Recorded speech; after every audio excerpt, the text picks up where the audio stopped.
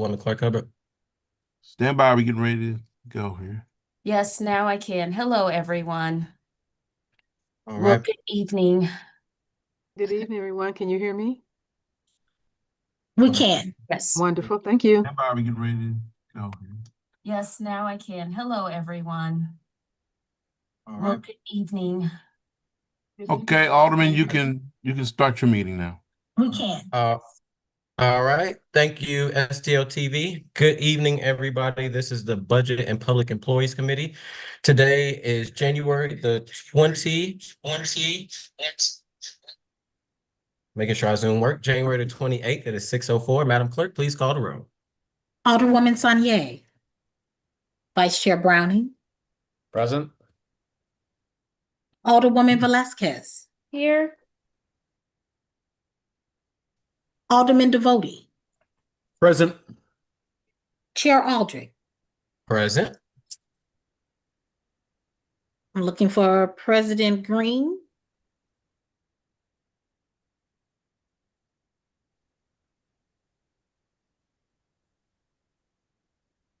Alderwoman Sanier.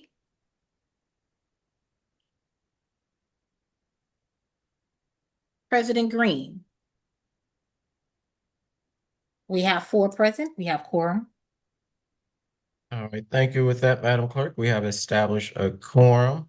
With that, we will go to the next order of business. Item number 3, approval of the minutes. I will take a motion to approve the minutes from Wednesday, January 14th, 2026. So moved. Second. It was moved by the Alderman from the 9th, seconded by the Alderman from the 5th. Madam Clerk, please call the roll. Alderwoman Sanier. Vice Chair Browning. Aye. Alderwoman Velazquez. Aye. Alderman Devotie. Aye. Chair Aldrich. Aye. President Green. Aye. Alderwoman Sanier. 5 aye votes. Thank you. With that, Madam Clerk, we have approved the minutes with 5 aye votes from Wednesday, January 14th, 2026. Moving over to the next item of business would be item number 4, board bills for review. We do not have any this evening. Item number 5 is resolutions for review. We do not have any. And item number 6 is committee discussion, which is the RAM settlement interest money. Just a brief history. The Board of Aldermen, back in June or July, we passed $30 million. It was Board Bill 31, sponsored by President Green and myself, to tap into the RAM's interest money to start using those funds to help with the tornado recovery relief. During those conversations, Alderman Brownie in those meetings added that we needed to make sure that there was a transparent process around the dollar. So this budget committee been having monthly meetings to talk about kind of the status and update with the RAMS bill. Today, we have from the Office of Recovery, Mr. Julian Nix, as well as Mr. Jim Hill, who will do a presentation on an update of the spending of the RAMS interest money. Mr. Julian Nix or Mr. Hill, whenever you're ready, you can turn your camera on. I think you have control of the Zoom where you can provide your presentation so everyone can see it. All right, perfect. Well, first, thank you, Alderman Aldridge and Board of Aldermen for allowing me to speak before you all again here today. I know we were a little bit late sending out the broader set of materials, but I know in the last conversation that we had, one of the big things I know Alderman Velazquez and many of you all mentioned is making sure that not only did we provide a funding update, but we put that update in the context of the broader operational aspects of the recovery. So in these sets of materials that we're going to go through, we're trying to address all those issues. I know one of the asks was one for me to personally be here to provide some of those operational updates, but also a lot of those operational updates are managed by different members of my team. So I want to acknowledge a few other people on the call that'll have different points of time speaking roles within the presentation. So for my team, we have Jim Hill, which you all know as our Chief Cost Recovery Officer. We also have Jennifer Brinkman, who is running and overseeing a lot of our recovered residents programs, so all of our resident recovery programs, as well as Laura Ginn, who's overseeing all of our work tied to repaired property. So that's debris, demolition, and repair. So we'll go ahead and get started, but those individuals will all speak during different parts of today's conversation. So give me a second to share screen.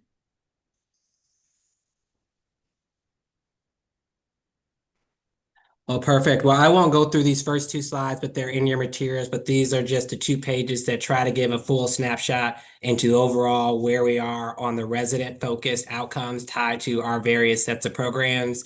And this is a high-level overview of the funding and where we are with our broader sets of programs for both the public and for you all that we want to consistently just share as a high-level briefing document. So I won't go through these. But as we look at the agenda for today, we want to give you all a little bit overview of some of the strategic updates from my view of the core priorities we're working through. We'll then get a update on winter and our winter safety plans directly from Jennifer Brinkman. We'll then hear from Laura again around repaired properties. And then finally, we'll do a funding update from Jim Hill. And then we'll end with some reminders and next steps. So I won't spend too much time here, but just as we look at our broader focus for 2026 is both on people and on neighborhoods, with our strategic pillars really being focusing on how do we help residents recover, how do we repair properties within the tornado zone, and then how do we think more long-term about rejuvenating neighborhoods that's supported by a bunch of different other core things that we care a lot about. But to move right into it, the two core priorities for the recovery office as we look for January to March are really twofold. One is considering is still winter safety, which is ensuring everyone is safe this winter with the special focus on housing, but also all the other things that drive safety. And then the second is around visible debris removal and repairs, which we know we consistently hear from the public as the biggest thing that people want to see is change in their neighborhoods, and the debris removal and the repair work has been slow. So we'll talk a little bit more about what our plan is and how we're trying to drive private property assistance applications, which is driving people to actually apply for support because all these are private property that we need permission from landowners to go on, and then also accelerating the actual work of delivery within the neighborhoods. So I know this was a key question asked by Alderwoman Sonnier and the public around how are we and how is my office measuring success as we look through this period of time. So one, as we look at the recovered residents, one, it is the number of homeowners staying in damaged homes, knowing their next steps in securing safe, sanitary, and functional housing. So this is a huge focus on recognizing that there are many homeowners and renters that are still staying in their homes. And so making sure that they have a path is a core area. The second is number of renters staying in damaged homes, knowing their next step in securing safe, sanitary, functional housing. And then the third is we've had a number of people of displaced residents that we've placed in hotels, and ensuring they have found housing they can stay in for at least 5 months. So it's a large housing focus combined with helping make sure we deliver the other support services that people need on top of this. As we look at repaired properties, the core outcomes we're measuring is really focusing on how many homes and structures do we actually repair to safe, sanitary, and functional for residents to be able to return to. The second is there's many that we know may be unsafe and require demolition or may require debris. And so we're focused on removing those. The third is around trees and stumps removed and sidewalks repaired. People may remember there was a lot of early efforts to cut down the immediate hazardous trees, the immediate hanging limbs, but now the focuses are there are other hazardous trees that may have been killed by the tornado, and there's a lot of tree stumps that remain, as well as sidewalks in review of repair. And so getting those removed is the core focus. And then lastly, number of tons of debris that's going to be removed from public rights of way. That's a continued part of our city infrastructure debris removal efforts. Where we focused that for the next 3 months. And so we've been focused since December a lot on the winter safety and housing, which Jennifer will talk about during her portion. As we look at January, our biggest focus is on repaired properties and driving private property assistance applications. We announced the deadline for February 14th for private property assistance to make sure that we can get a full view of all the properties that need support so we can start to plan for funding and broader needs for those properties, but also start to plan for people who aren't planning or don't have plans to repair their property. So we'll talk a little bit more about that.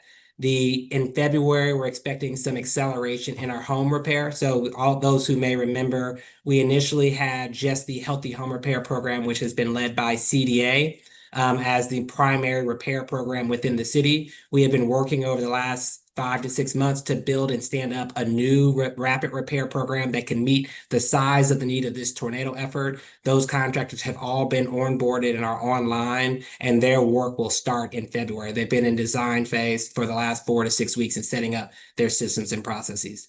And then lastly is really going to be in March is where we're going to start to see large scale demolition, debris removal, tree removal, and sidewalk repairs in the neighborhood. And at the very bottom, you can see across this period, we continue to do our ongoing neighborhood planning efforts, really thinking about the long-term reimagination of where we want to be. So a couple of big things is one, I know we talked more broadly about making sure that we can have a public dashboard to track progress. So we officially have launched, we're working on launching 2 different sets of dashboards. One, a way for us to track progress on our private property, both across demolition, debris removal, and repairs. And then a second, which is on the right, that can track our progress on public infrastructure. The one on the left on private property, there's 4, I believe, dashboards that we've launched at this point in time. One of them is the outreach tracker, which helps you see the total number of properties that are damaged and how many of them have applications or in our private property assistance system to get support. Another one is the application detail tracker, which helps us understand when something goes into the funnel, how is that work moving along really toward the goal of actually clearing out that debris, if it's a debris or demolition, or ultimately doing repairs. So all of those have officially launched and people can see and track that progress live at app.stlrecovers.com. 2 of them had already been launched and the third one went live today. We are still working on launching something similar with public infrastructure recovery. And so the plan is to launch that so people can track progress on those areas by February. And that'll be really focusing on the right-of-way debris removal, but a lot of it will be focused on our tree and stump removal and sidewalks so that people can understand where have we identified areas that require removal and where we are in that overall process as we move through February, March, and the later months. So a couple of key takeaways for today that I hope the group will take away as we walk through the broader sets of materials. One is that our winter safety systems are fully operational. Case management, shelter, and broader transportation, and the work that you all help support and fund, and that infrastructure that we've been building over the last couple of months are actively saving lives. And so Jennifer will talk a lot about what we're seeing in those areas. We also recognize there's been some barriers in our eligibility in our processes. So we've been working to refine those to support those safe housing transitions, especially across our rental assistance and impacted tenants fund. And so Jennifer will talk a little bit more about our efforts there. As we look at visible neighborhood recovery, that's the debris removal, demolition, repairs, the tree and sidewalk work, that work will accelerate in March. And I know that's really late, but that's when a lot of the state contractors are finally scheduled to come on board and ready to mobilize. So that's when people will start to see the massive amount of shift in their neighborhoods, which is what we know are what people are asking for. In the meanwhile, private property assistance applications close on February 14th, and we're asking everyone to remind individuals to apply. We have more than 5,000 damaged properties in the tornado zone that have not yet applied. And that does create risk both to FEMA funding for where FEMA can help fund stuff, but it also creates gaps in our ability to know what damage exists and the speed for the city to be able to move with broader support. So we're asking everyone to help with that. Most of our core city recovery contracts are in place with funding flowing. There's a few additional large contracts for additional demolition and debris removal support, the tree removal and sidewalk repair that we're mobilizing now that we know what the state contracts won't cover. So we are mobilizing those, but that shouldn't slow down our recovery efforts in March. And then we have a few remaining identified program recovery gaps that are under review where we know we don't have solutions for major parts of people undergoing the broader journey. So some of that includes reimbursement working capital. So as we look at more money coming online, how do we make sure we have the reimbursement to make it through FEMA reimbursements, but also the state reimbursement process? We know there's going to be long-term gaps in home repair. We're not running into them right now, but we know there's a huge gap between the need that we're seeing in applications versus the amount of funding. But we do have enough funding for a runway for the first set of houses that we're going to be focused on for these next couple of months. We know and we're seeing a lot more insured homeowners who have payments with existing contractors, but they're seeing funding gaps in the remaining amount. And we currently don't have a program that's structured for those particular individuals.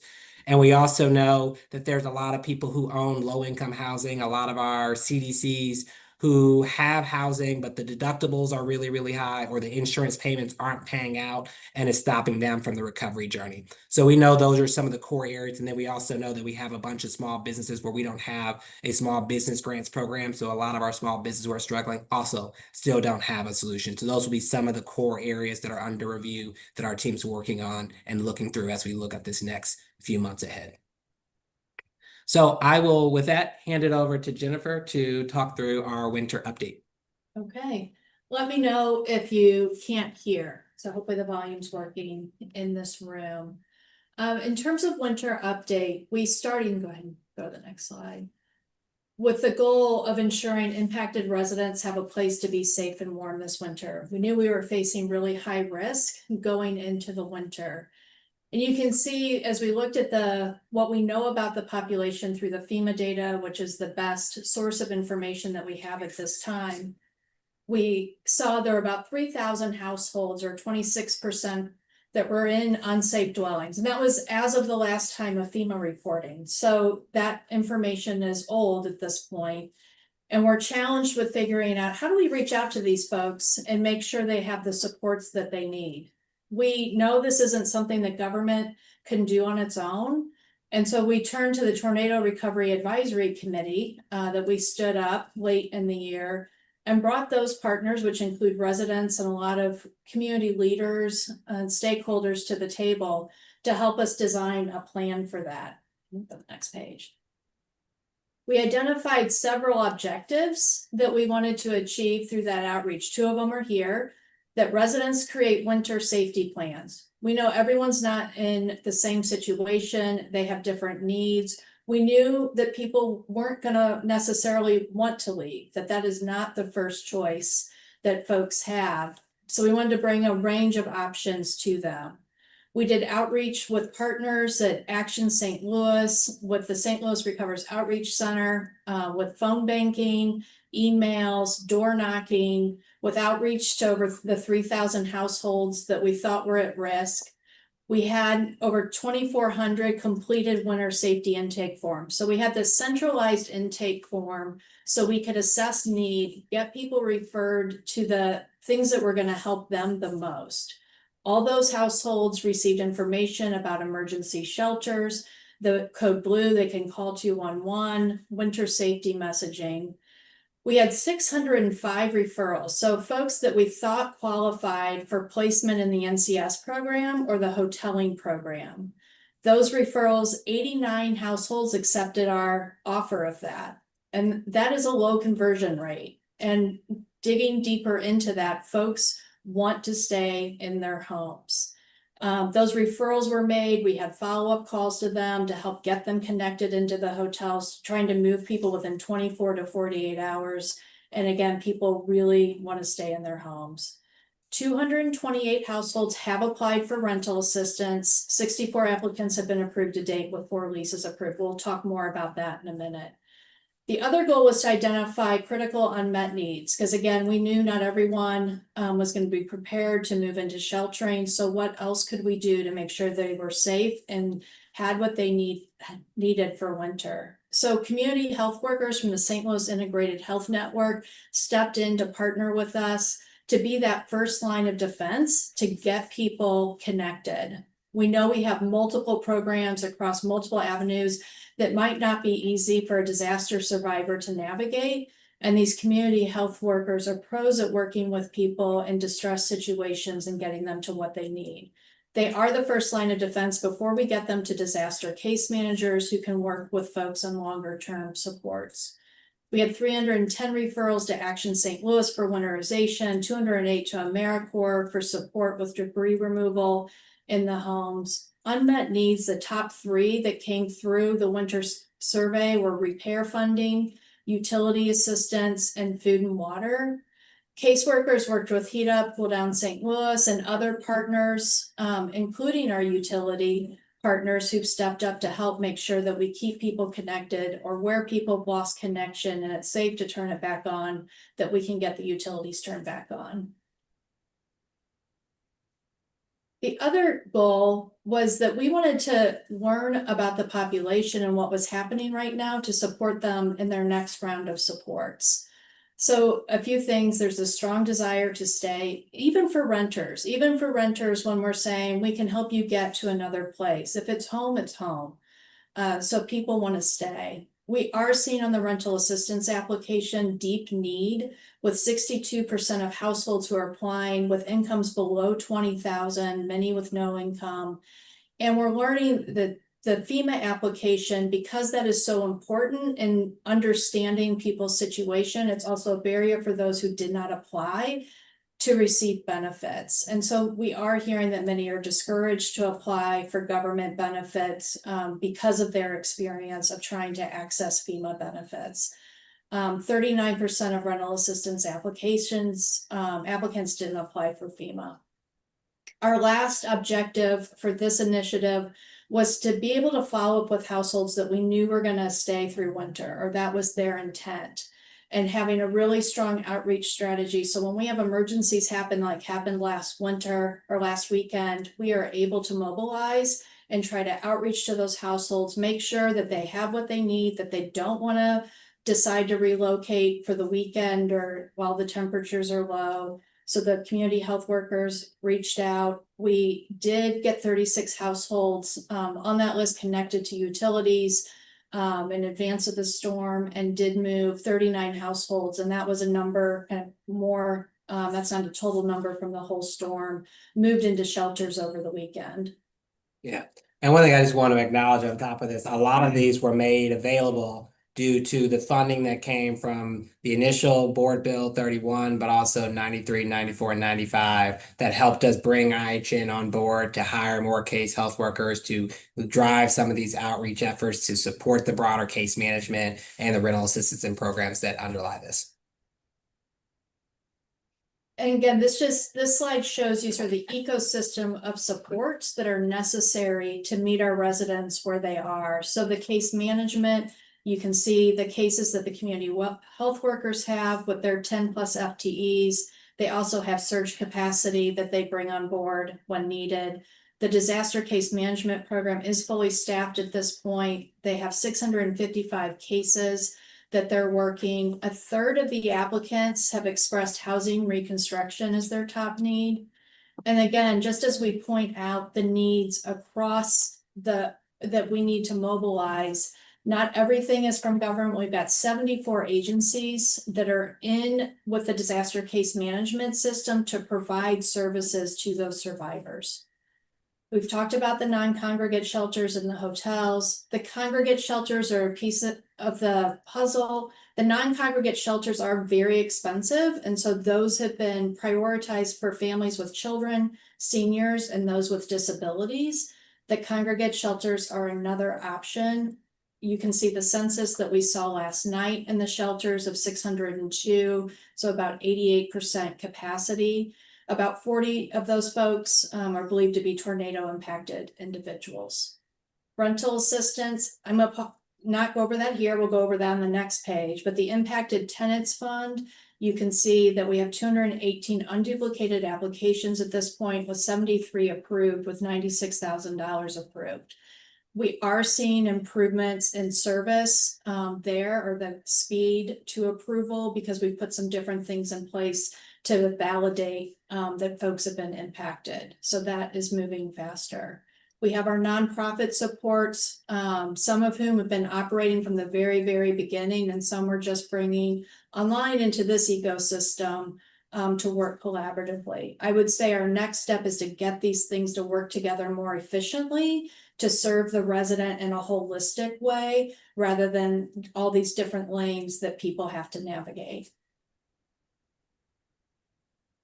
Rental assistance, and there's a lot of questions about this program. As I said, as we're doing this, we're really learning as we go. When we got the first batch through, we saw a really high denial rate. And we looked at that deeply, and we brought to Julian and the mayor, and so, how do we expand eligibility so we can help more folks? And again, these vulnerability factors really play in to what we're seeing, that 27% of the applicants are unhoused, 26% in damaged structures, 47% with family and friends, the low income, the low application rate to FEMA.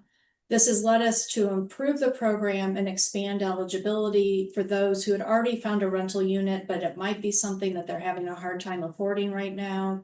Those who did receive FEMA assistance, but they're not getting the continued temporary housing assistance. We've heard that's really hard to access and to navigate. So this can fill that gap. Those who did not apply to FEMA, we're finding a way to get them in. And those whose homes may have been deemed habitable, that should say habitable this summer, but now they are uninhabitable. So they've moved through the deterioration that's happened over time. And finally, I just want to share some of the things we're learning. You've heard some of this, but this informs our next steps of how we think about resident recovery with all of the partners on the ground, still standing there working with residents. We know people, if they're not, they don't think they're at recovery until their home is repaired, even if they were a renter. Those who've remained in their damaged homes are unlikely to leave for almost any reason. And those most in need face significant challenges before the tornado, and recovery to their status at the time of the tornado is going to be insufficient for them to be stable. Most programs are designed to return people to pre-disaster status. And so how do we think about the fact that many people weren't in a stable situation at the time of the tornado? And we know government programs, including FEMA, benefits like rental assistance, typically aren't designed to match the reality of what the disaster survivors are navigating, especially with the status of many of those folks, again, pre-disaster. So we're focused on how do we reduce that friction for them to access those benefits and get the help that they need. I'll stop there. All right, perfect. Well, thank you, Jennifer, for that. We'll talk a little bit more as we get more further into the presentation, how the funding has supported these broader efforts to connect this a little bit more to some of the direct funding that we're seeing and how we've been setting up contracts in that area. But with that, I will turn it over to Laura Ginn, who will do an update on repaired properties for demolition, debris, and repairs. Good evening, everyone. Can I get a thumbs up that you can hear me? Looking at a lot of. We can hear you. Okay, that'll work. I'll take that. Thank you very much. So I'll be providing updates on the repaired properties pillar, and this is just an overview of the body of work that sits under that. So on the left, you have your public infrastructure recovery. Obviously, in the initial emergency response, this also included things like streetlights and stop signs. But in the long-term phase, it's a lot of our tree canopy, our sidewalks, and taking care of the public right-of-way that we're responsible for. So we'll provide updates on that. Under private property assistance, wanted to kind of call out the second pillar as pretty important, as just the outreach and the intake, the access to private property, completing full property inspections, site assessments, hazardous material assessments that informs whether those properties move into stabilization and repair and/or demolition and debris removal programs. And that February 14th deadline, we can't harp enough on. Next slide.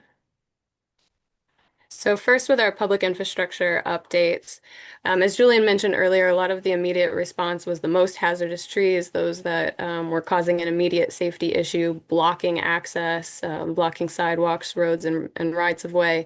But you'll notice that some of that work was, taking a hazardous limb, but leaving the rest of the tree, or maybe taking the tree, but leaving the stump. And so there's still a lot of work to do to go back around and kind of clean up after ourselves here. What you're seeing on the map is an update on where we're at with a comprehensive survey of all street trees. So these are the trees between the road and the sidewalk that the city is responsible for, and all trees in parks, excluding Forest Park, within this highlighted area on the map. The pink and yellow, that's our existing tree inventory. The blue and black dots are progress made on that inventory as of end of day last Friday. The results of that survey will directly get transferred over to contractors to remove the remaining limb removals needed, tree removals, stumps, and the sidewalk repairs and replacements that are needed. And that work will primarily be happening through March. And hey, Laura, I know a common question we get is, why haven't we already removed the stumps? Can you just talk a little bit more about the FEMA eligibility here and why this is all necessary before we can actually move stumps from a fiscal perspective? Stumps became much more complicated than I don't think anyone could have ever guessed in terms of the level of documentation required to make sure we can get FEMA reimbursement for those costs. We have to prove with a certified arborist that that stump was attached to a tree that was damaged by the tornado. And it also has to go through kind of pre-approvals, including archaeological review. Anytime you do disaster recovery work with land, if you go underground at all, it triggers a federal historic review. So there's a lot of learning about what are all of the pre-steps and documentation required to make sure that we're expending those federal dollars as best as we can. So what this survey is actually doing is marking what's FEMA eligible and what is not. And then when we go back through and complete the work, we know what we can bill for reimbursement and what we're going to have to carry the costs for as a city. And we haven't stopped tree work along the way. I'll point that out too. Hopefully you've seen crews out there. So we have one company called Monster. They've been removing trees along the right of way in this exact area for a couple months already. And that's because they're removing trees that were already flagged for removal before the tornado. So we know they're not going to be eligible for FEMA because they were already, categorized as hazardous prior. So that company is out and is getting a start on the ones that they can. We also have a company that is supporting tree removal on private property and on LRA property. And you have additional work going on, of course, in our forestry team in-house. This is just kind of our final full sweep to really clean those up and restore our public sidewalks.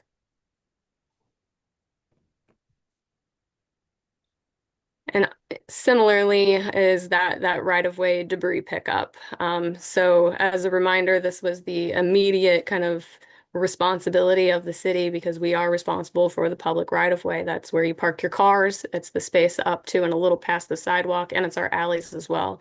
So we've had emergency contractors since May 17th rolling through collecting debris from the right-of-way, meticulously documenting that from that location to disposal. We have environmental consultants that move ahead of those crews and do visual inspections of debris, identify any potentially hazardous materials to be disposed of separately. And all of that is monitored, photographed, and documented so that we can maximize our FEMA reimbursement. However, we are at the point where FEMA will not continue to pay for this indefinitely, and we've had to put a deadline on it. So our last call for debris pickup from the right-of-way is February 14th. We're asking that all piles be out on the curb since then, but it is not the end of support for debris. We are switching from that steady feed of right-of-way pickup to please give us access so we can come onto your property and remove it ourselves. You don't have to move it to the curb. We'll come and get it. There are additional options, so just reminding folks that we did set up the dumpster delivery program. You can order those online. That's more for your event-based work. If you're getting a whole block together to do a cleanup, those work really well. We just want 2 weeks in advance and point of contact, and you can go and put that request in online. Of course, our existing bulk pickup services. And a reminder to everyone that all city residents get 12 free trips to city dumps every year. And so 71 Angelica Street will take that anytime. So the transition there, again, moving into access to private property so we can get onto privately owned land and help with these cleanup and recovery ourselves, starts with private property assistance. What we've really worked hard to do here is create a one-stop shop for all property assistance needs. So there's not much that doesn't fit under this application. And if anyone's looking for any support on privately owned property, we want them to come through this application portal.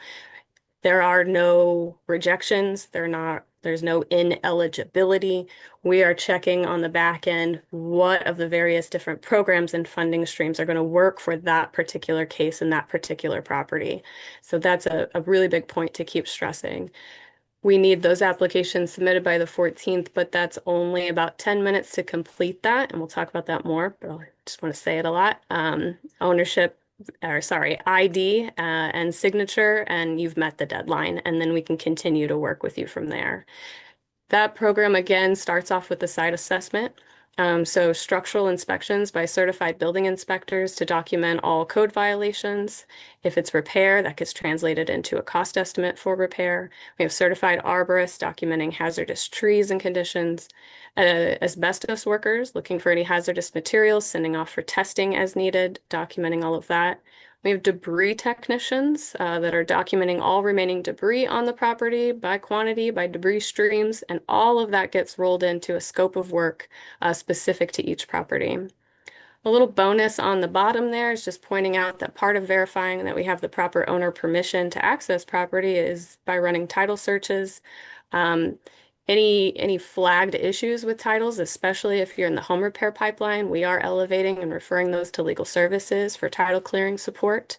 And those title reports are made available and can be downloaded by property owners on the application portal. The main kind of buckets of programming here are stabilization and home repair first. So mostly this is home repair, but with stabilization as a stopgap in between, right? So we've been doing the emergency stabilization program, those tarps and boards and whatever we can do to keep the weather out, keep it watertight, and prevent further deterioration of a structure. That happens in tandem while we continue to work through the repair cost estimates and kind of move into the repair pipeline. So those can go hand in hand, or sometimes folks are looking for just one or the other. For demolition and debris removal, of course, you've got your demolition of unrepairable structures, and debris removal can mean a lot of things. So could be that you just need one tree removed. That's fine. There could be piles of debris that need to be removed. And with AmeriCorps, even minor interior debris removal and muck out work. I do want to note the little tab on the bottom of demolition is that all of these services, as of today, are at no charge to residents, no invoices to the owner, no liens on property, no transferring ownership to the city. So I want to stress that as well. Yeah, and one thing that I also want to stress, if it's okay to add, Laura, is we get a lot of people who are fearful of applying because they think we're going to force them into a bucket. All of this process is a conversation with the owner. It'll be based on what they request, and it'll be a setup conversation to figure out where to move forward with the property. So we are seeing people who may get a structural inspection and home repair that might be actually a home that's deemed unsafe and need to be something for demolition debris removal. And we're actively working with Laura, connected to the Jennifer's team, to actually figure out how we help have those conversations with owners and help them make the decision they want to make on that property. We are not making those decisions directly for them. And so we'll share more about that as we continue to work through those issues in the future. Yeah, thanks, Jillian. I'll actually add a little bit more to that because we don't have kind of a process laid out here of what residents can expect from this. But once you've submitted that application, you get assigned a property case manager. They're going to reach out and ask some pre-screening questions. And we found that's really important because on the application, we're asking, what services are you looking for? And we're finding a lot of people are just checking all the boxes, saying, I'll take anything, right? And so we have to have that initial conversation and figure out what's really going on the property. What are we trying to achieve? And that kind of guides how we move forward with those site assessments and who we send out for the inspections. We create that scope of work and then reach back out and say, this is what we found and this is what we're proposing in terms of the next step in the programs that your property is a good fit for, and get consensus before we move on to the next step of actual contracting. Next slide. So some overviews on where we're at with this. We do have over 1,800 applications initiated with over 1,100 complete. The gap in between are folks that have started an account but have not moved all the way through to signature. So that's that gap there. Of the 1,126 complete, we have 506 inspections in progress. So those are scheduled for those teams I mentioned to go out and collect that documentation. From there, another 133 are past that inspection phase and we're finalizing their scopes of work. then those will move to contracting. Currently, there are 73 in our contractor pipeline, which means they've either been confirmed for that work and we're moving them to the contract, or they're under contract, or they're even scheduling the work or started the work, right? We've accounted for that. We've assigned it to the program and to someone to do the work. That's our contractor pipeline. And then 31 complete. That's quite a cascade down, but we'll talk more about how we're going to be ramping that up over the next couple months and really move all of those applications and inspections into that contractor pipeline and get this work moving. Some of the challenges that we're seeing so far is we're not just taking applications that come to us. We've been doing a lot of direct outreach. We've been pulling from the many, many lists and interactions that we've had with residents along the way to reach back out and encourage applications. We've used information from FEMA when folks did apply for that for contact information, and we're hitting a lot of dead ends on contact. We're even, of course, using paid subscriptions to find any phone numbers and emails we can. And the success rate on that has been pretty low. So it's been a struggle to do that direct outreach. And not everyone's at their property, right? If if it's really bad and they need demolition, we can't go knock on a door. So it's been hard to kind of find everyone that we need to for this. The next one is really there seems to be some uncomfortability, and I get it, with signing the right of entry form. So this is what we need to get permission to step onto the property and to perform any work. That form really fits three main purposes, sorry. So one is attesting that you are the owner and you do have the authority to grant us permission. Two, that you do not hold the city, the state, the federal government, or any of our contractors liable for anything that might happen to us when you're on your property. And third is permission to access your insurance information so we can check for any duplication of benefits on the back end.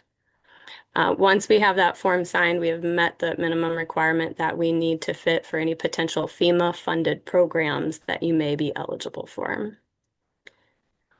We maybe because there are a lot of different programs out there and a lot have different types of eligibilities and income requirements. So there's a lot of maybe confusion about what the minimum requirements are. So I just want to be very clear for the private property assistance program for this application.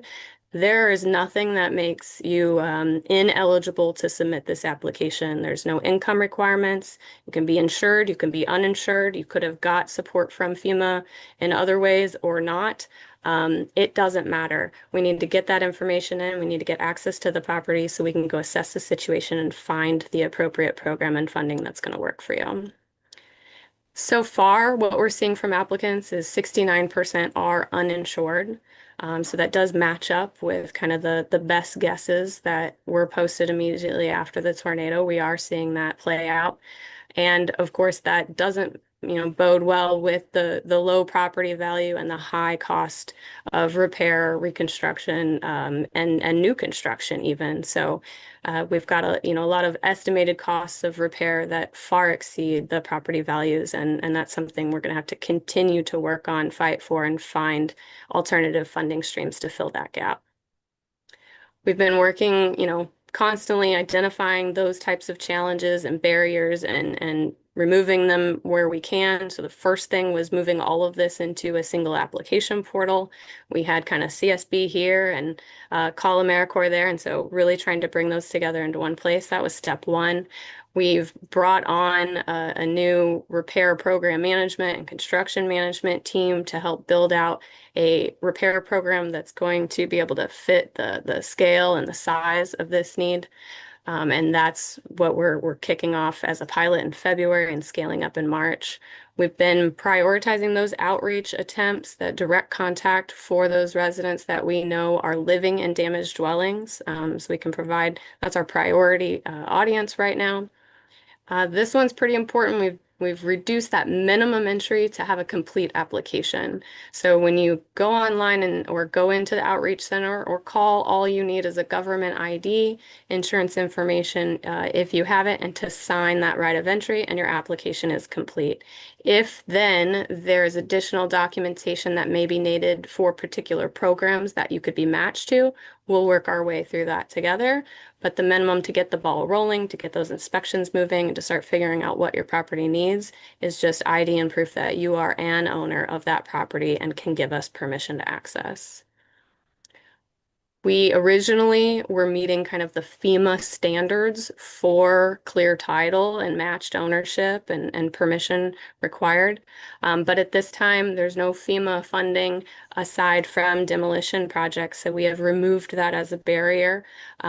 Doesn't have to be necessarily clean, clear, or pretty title. We just need to be able to confirm that someone is the legal and rightful owner of that property to move forward with many of these programs. It's only limited to those FEMA funded. So again, that way we remove that entry barrier to get the application in, and then depending on the program, we may expand kind of the title or other type of documentation needs that there are. We can go to the next. Thank you. If you're an applicant, if you're, homeowner and you've applied for property assistance, there is the application portal at app.stlrecovers.com. So folks can log into their account, they can check their status, see communications with their property case managers. But we've also created this public dashboard so that everyone can see the overall progress that we're making in this effort. So this is available on that website. It's the same stats I showed you a couple slides back, so I won't repeat them here, but just want to point you guys to it to go and take a look. If you click on a property, it's going to give you kind of where you're at in that process, whether it's pending application submission, inspections in progress, assessment in progress, scope of work being developed, assigned to a contractor. We're going to make sure that we show as much of that movement through the process as we can so people really understand where they're at and what comes next.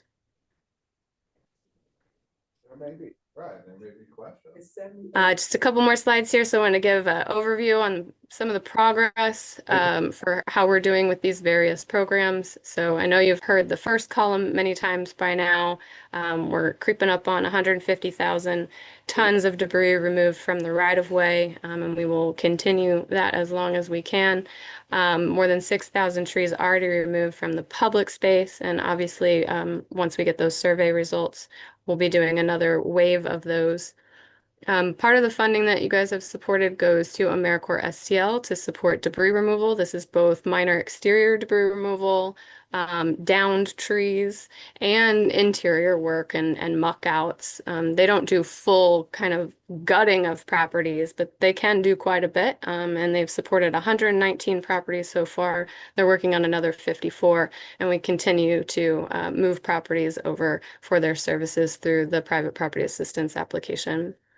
We have another contractor that has certified arborists specialized in tree removal that just do tree work. And so they've completed work on 29 properties to date, and they have another 28 in the queue. For those emergency stabilization tarpon boards, 112 complete, 77 coming up right behind them. Many of those hopefully will also move into the home repair program. The 19 complete that we're displaying here are the Healthy Home Repair Program funded out of CDA that was able to allocate direct funds for tornado impacted properties. And so that's their progress on that program to date. And now, of course, we're scaling up the new Rapid Repair Program, 72 in progress on that scope of work development so far. And we're looking to see that number continue to rise and move into complete in the coming months. We have been prioritizing demolitions of those structures that are posing an immediate risk to adjacent properties, adjacent structures, or to the public right-of-way, while we kind of work towards the large amount of funding that's needed to really do demolition and debris removal at scale. We've completed 13 of those emergencies to date, and have another 20 contracted and underway. And then moving towards the real big picture, demolition and debris removal is our partnership with the state, with FEMA funding, which Julian will provide an update on here in a little bit. And for that, the city is responsible for doing a lot of the prep work. We have to, get the right of entry, do the site assessments, everything I mentioned for private property assistance. But then we basically pass that property along to the state for them to contract out. We submitted our first 24 properties for their review last week, and we're preparing to send another batch now.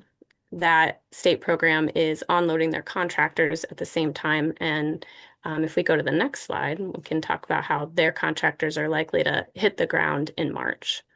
So going back, we've been doing emergency stabilizations, the tarpon boards, for a couple of months now. We've had AmeriCorps on the ground for a couple of months, but continuing to work to do whatever we can to help scale up their operations and keep them going, because that work is vital.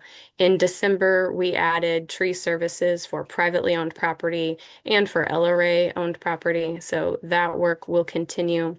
And in December, we opened up that private property assistance application and started with outreach. Looking ahead to the coming months, we'll be piloting the new repair program through February with a goal of hitting 40 a month in March and continuing to scale from there. We're treating February as the month to really get those priority properties through, but making sure that we're taking the time to learn what needs to be adjusted before we get too far ahead here. As you can see from everything I've mentioned and Jennifer, we have to continually adjust to make sure that we're meeting people's needs. So February is going to be our pilot month, and then we're going to scale it up sharply from there. At the same time, we're going to see demolition, debris removal kick up in March with the activation of that state contract for the properties. We've been preparing for them. And through the month of February, we're going to continue to identify those kind of worst of the worst properties that need to get into that pipeline for demolition as well. A lot of those, as you know, were previously abandoned and vacant, don't have local owners to talk to. So we're working through both windshield surveys and data analysis through February to really identify those problem properties and make sure that they're added into that contracting ramp up starting in March. Also in March will be the additional contractors going back through after the survey and clearing the remaining street trees, stumps, and completing the sidewalk repairs.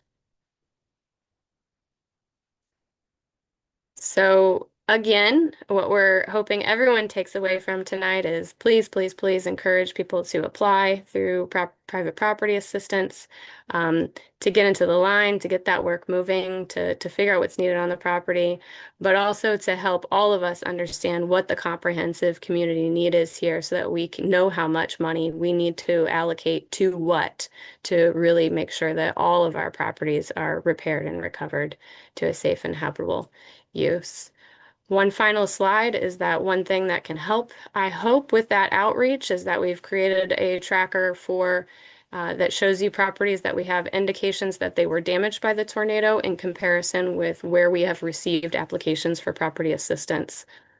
And so for all the properties where we know that there was likely damage there, but we don't have an application yet, those are the ones we really want to focus on for this final 2 weeks of outreach and encouraging people to submit those apps.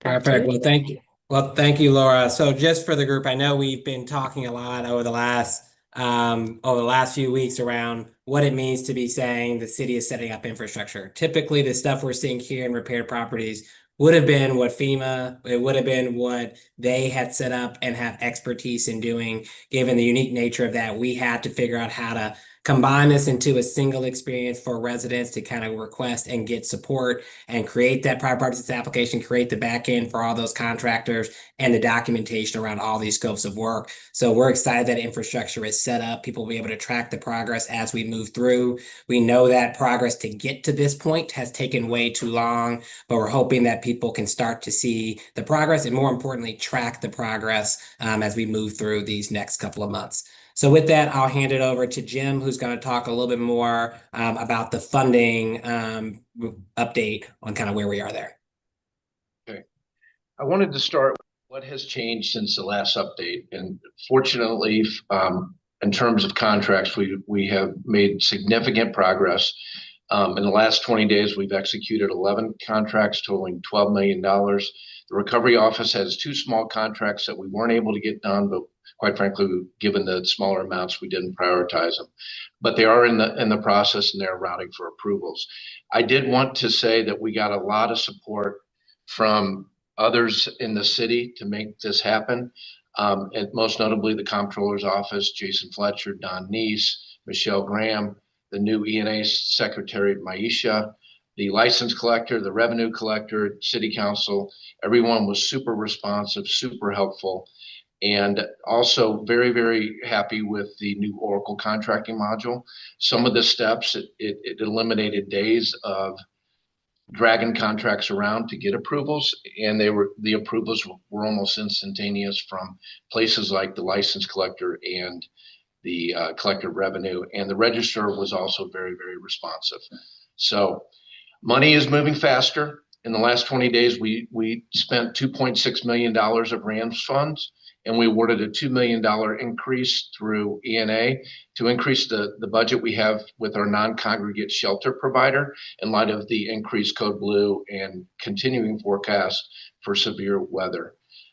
So we are at $3 million of total available budget for that contractor now, which we will likely exceed given the severity of the winter weather.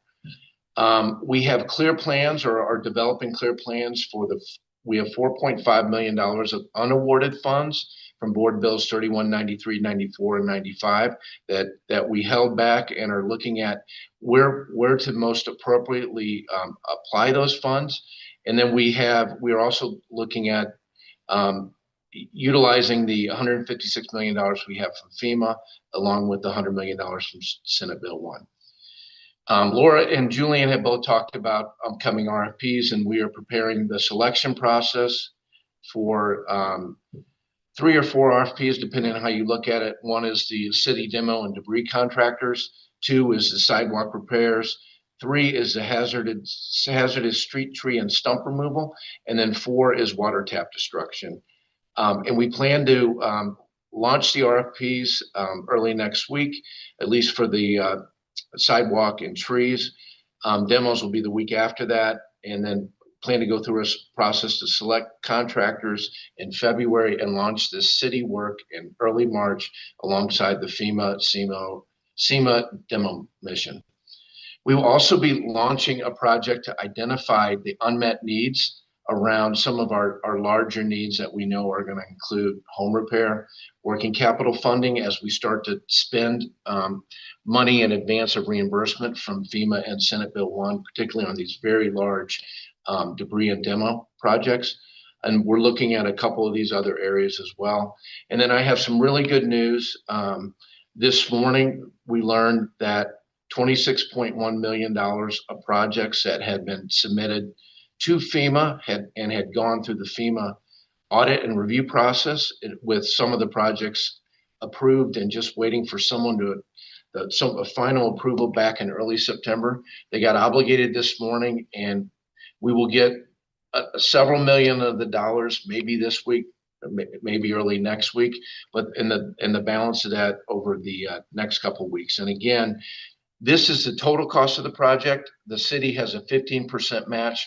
We will get 75% from the federal government over the next couple of weeks, and the state's 10% match they will withhold until the disaster closes. But that is really, really good news. And there was an article in the New York Times yesterday that Nancy Walsh had shared with me before we had this news, and it was extra scrutiny of FEMA aid to states has created a $17 billion bottleneck. So that only made me more nervous. So the excitement of the news this morning, and it's really critical to helping us manage our cash flow as we continue to perform upcoming work. And it really illustrates the strong partnerships that we have with some of our federal stakeholders, including Senator Schmidt, who was very helpful in this. This is, as a reminder, this is kind of the full view of what we have funding wise today. So total funds that have been allocated and budgeted by $439 million. 134 million of that comes from the city, and the FEMA, the city spending that we've done that will be eligible for reimbursement. We also have another 42 million of repurposed funds from CDA for things like ARPA, CDBG, et cetera. And then the board bills that this group appropriated to us, the $30 million of the first tranche of RAM settlement interest, Board Bill 31, and then the last 3 board bills that were appropriated totaling 13.7 million. And then rounding that out is the federal funds from FEMA of 201 million, which is comprised of 156 million that they have allocated to us to support demo and debris. This is just demo, and then $45 million individual assistance. And then we've got the $104 million from the state of Missouri, from the $100 million Senate Bill 1, the Missouri Housing Development Corporation for $3.4 million, and then Missouri Department of Mental Health for Crisis Counseling of $0.8 million. So that's an updated view on the total funding. And now we will focus in on the RAMS funding. So when you look at, here's the budget, 43.7 million, 40.1 million of contracts have been awarded through ENA. Not all of those contracts have made it to execution though, or have been fully utilized. So for example, we had awarded $500,000 to the Red Cross for housing case management immediately after the tornado. We ended up only needing 87,000 of that. So that's the difference between, an example of the difference between the 39.2 and the 40.1. We have contracted 36.1 of the 39.2 that has been awarded so far. So we're at 92% contracted. And of the total budget, we've contracted 83% of the 43.7. We do have, as I mentioned earlier, there's $4.5 million available for award that I will touch on shortly. And then we have spent to date, through today, $11.6 million, and you can see the spread between Board Bill 31 and the other board bills. We have $3 million of contracts in process today. A bunch of those are vacant unit turns with CDA and the Affordable Housing Commission. That's about $3 million. And we have a small contract with KSG for Recovery Office capacity support that is also routing through. The $11.6 million spent is a $2.6 million increase from January 8th. So we are getting there, and you're going to start seeing this money increase even further as now that we've got the ROA and HSA is in full swing and they're really driving activity and applications. The winter shelter operations is fully up and operational and doing its job. And then over the next couple of months with the home repair that is launching, that is also going to drive some significant spending. And we will see that starting in February. Here's some of here's what our plans are for the 4.5 million in unawarded funds at this point. And again, we intentionally retained some of these, knowing that as the program went on, particularly with winter, we would have some needs that we maybe had not thought of, that we were going to need some funding. So within the recovered residents pillar, we've got 2.5 million of remaining unawarded funds budgeted. $1 million for the impacted tenants fund, which we will take to the February 9th special ENA meeting for approval. We are also working with our winter shelter operations team comprised of SLS on the non-congregate shelter, Peter and Paul on the congregate shelter, and then Tetra Tech providing some program administration to really understand as each day goes by, what are their forecasted costs, and so that we can get out in front of that and then make sure we have enough money to fund those costs. And then additional rental assistance, which if needed, based on applications and based on winter severity and based on some of the adjustments we've made in the requirements, we will be prepared to provide additional funding to that. In terms of repaired property, we have $2 million left budgeted. Most of which is for vacant unit turns, which we will, and the CDA team is on here. There'll be an opportunity to have some Q&A, including them. But we're evaluating with CDA for projections on how that can be used. And then in terms of evaluating other unmet needs, again, I mentioned some of these things like home repair funding, working capital needs, a couple of areas that we know that we've got a gap today around insurance, homeowners that don't have enough insurance for the cost, and also small business support grants, which are important. And we read about that every day, about the small businesses really struggling following the tornado.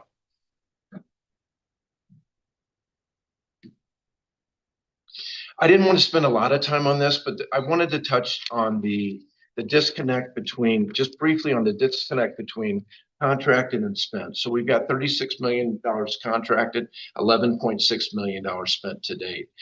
And Alderman Devotie, your cross-examination on the 8th was really, really helpful in terms of explaining all this work. So all of our large national contractors begin work based on E&A approval. Many of our contracts were awarded in October, November, December. So they have all been working for several months. The work is paid, we pay for the work as they invoice us. So as they do first of all, they get awarded, they start working. We got to get a contract executed. That takes time, as you all will know. After the contract is executed, then we're then able to pay invoices. And so you might be talking 30, 60 days by the time the contract is executed. We get an invoice for work that they've done, and then we're able to pay that invoice. And then many of these contracts are durations over months, and some may even be a year. Well, we're 6-month contract, we're paying a sixth of it each month as the work is done. So it really works to defer the payments. And then there are some smaller contractors that just can't afford to float the cash that we are making advances to, and in particular companies like Forward and Diamond Divas.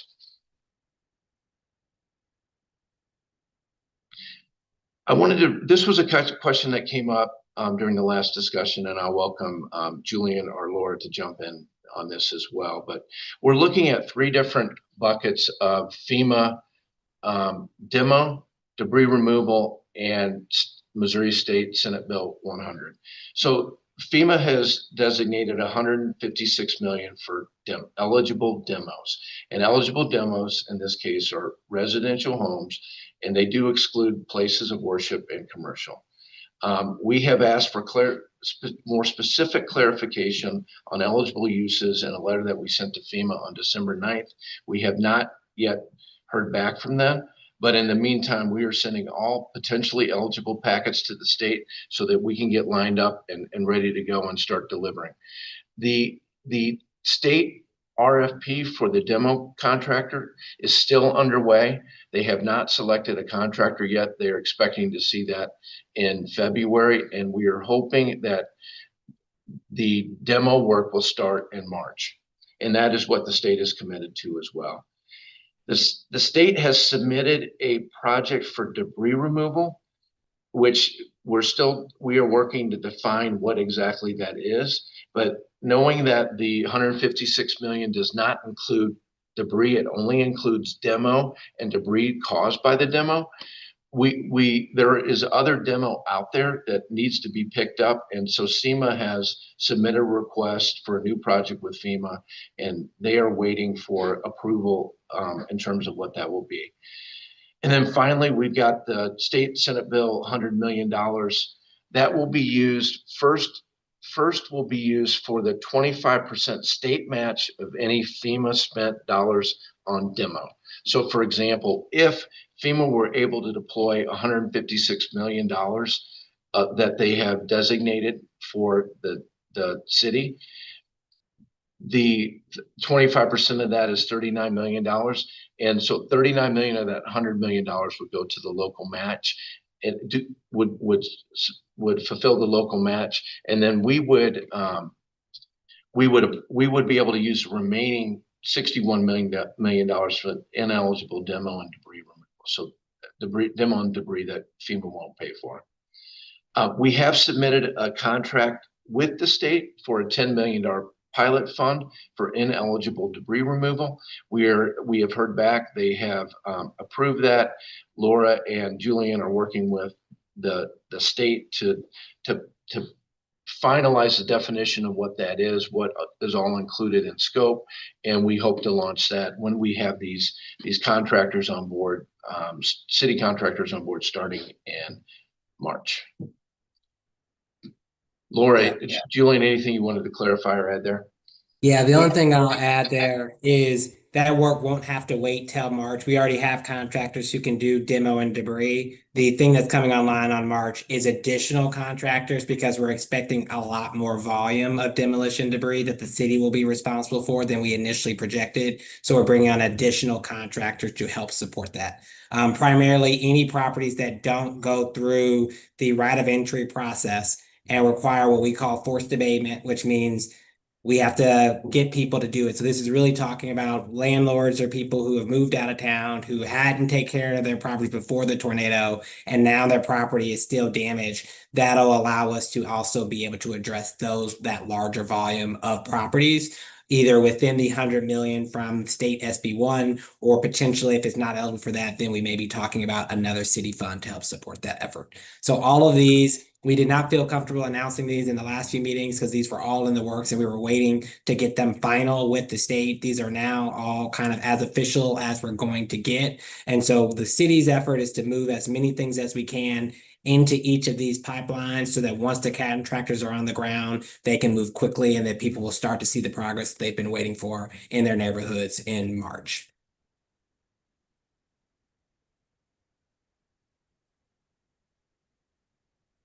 Okay. Okay, I'm not going to spend a lot of time on here just because I already touched it, but this is I did want to highlight within the table in the middle. This is not Rams funds. This is the tornado recovery account that was set up on an emergency basis immediately following the tornado to put costs and emergency contracts and all the spending that was necessary following that tornado. And then as time went on, it largely became debris removal and all the services that support debris, the engineers and the debris monitors and stuff like that. But we have in this city tornado recovery account that doesn't have a funding source other than getting reimbursed by FEMA. There is $18.9 million of costs that have been charged against that account. And prior to the obligations that we became aware of this morning, all that we had received from FEMA was $100,000, despite having there's $28 million worth of projects that had been submitted, and 26.1 of which had been fully through the approval process. So we were exposed to the tune of $18.8 million, which was making everyone, and especially Paul Payne, very uncomfortable. But this is great news. We will be able to replenish this account and design and use these funds as they come in to fund future work.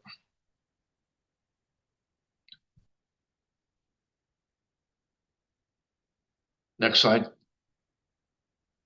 And then look ahead priorities. So when we get together next, in about a month, I think it's February 17th or a little bit less than a month, we will have a cash spend down forecast so that we can come with you with some level of confidence that says month by month, here's what we expect to spend down.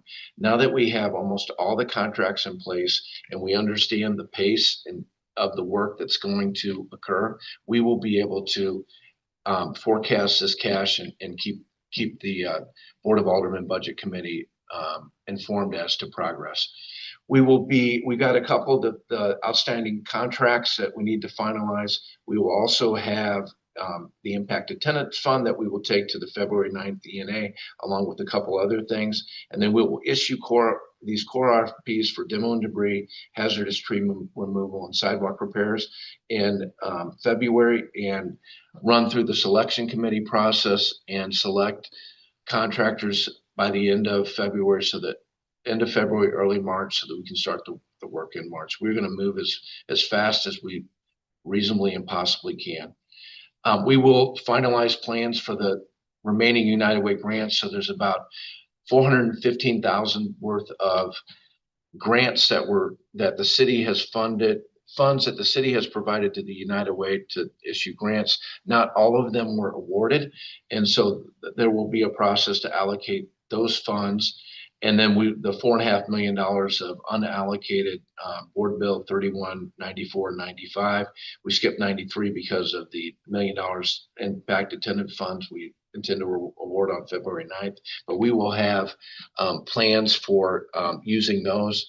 And then we will begin obligating the $100 million from the state Senate Bill 1 with some of this pilot $10 million set of pilot projects that, as Julian mentioned, will launch in February. And then we will over the next 60 to 90 days conduct a thorough, deep, analytical, professionally supported unmet needs analysis to really understand what are our needs. And these are in long-term funding for housing and other things, so that we can understand the gaps and then work with our federal stakeholders and other stakeholders to identify funding sources to close those gaps.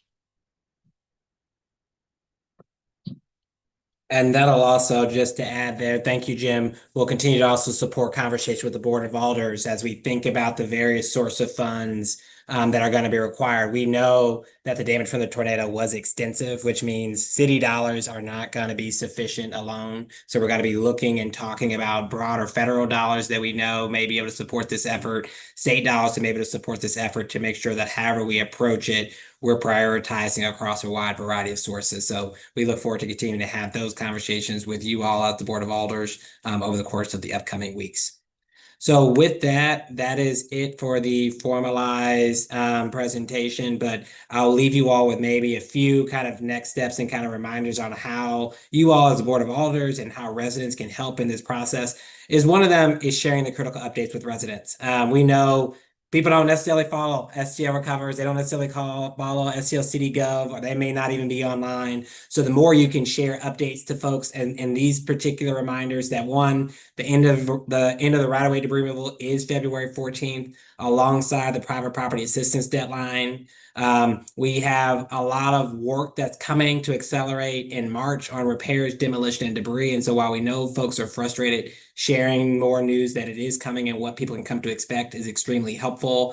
And then just a broader reminder that we continue to have a community and resource fair meetings that'll be on February 17th and March 17th from 5:30 to 8:30. That'll be at O'Fallon Recreation Center. So people can come and hear directly from the mayor, hear from me on our core priorities. And we also take the top topics we're hearing about, concerns from people, and we use the time to do updates. But also, if you don't want to sit through the updates, you can come to just the resource fair, where all of the multiple providers that we talked about, from casework to food to supplies to utility assistance, are all there. We know it's a master of many things to have to apply to all these various programs. So we're trying to create a place where people can come to everything at once, ask questions, get help, get connected to various supports live in person with us. And that's been a really successful last couple of meetings where we've been able to directly support people.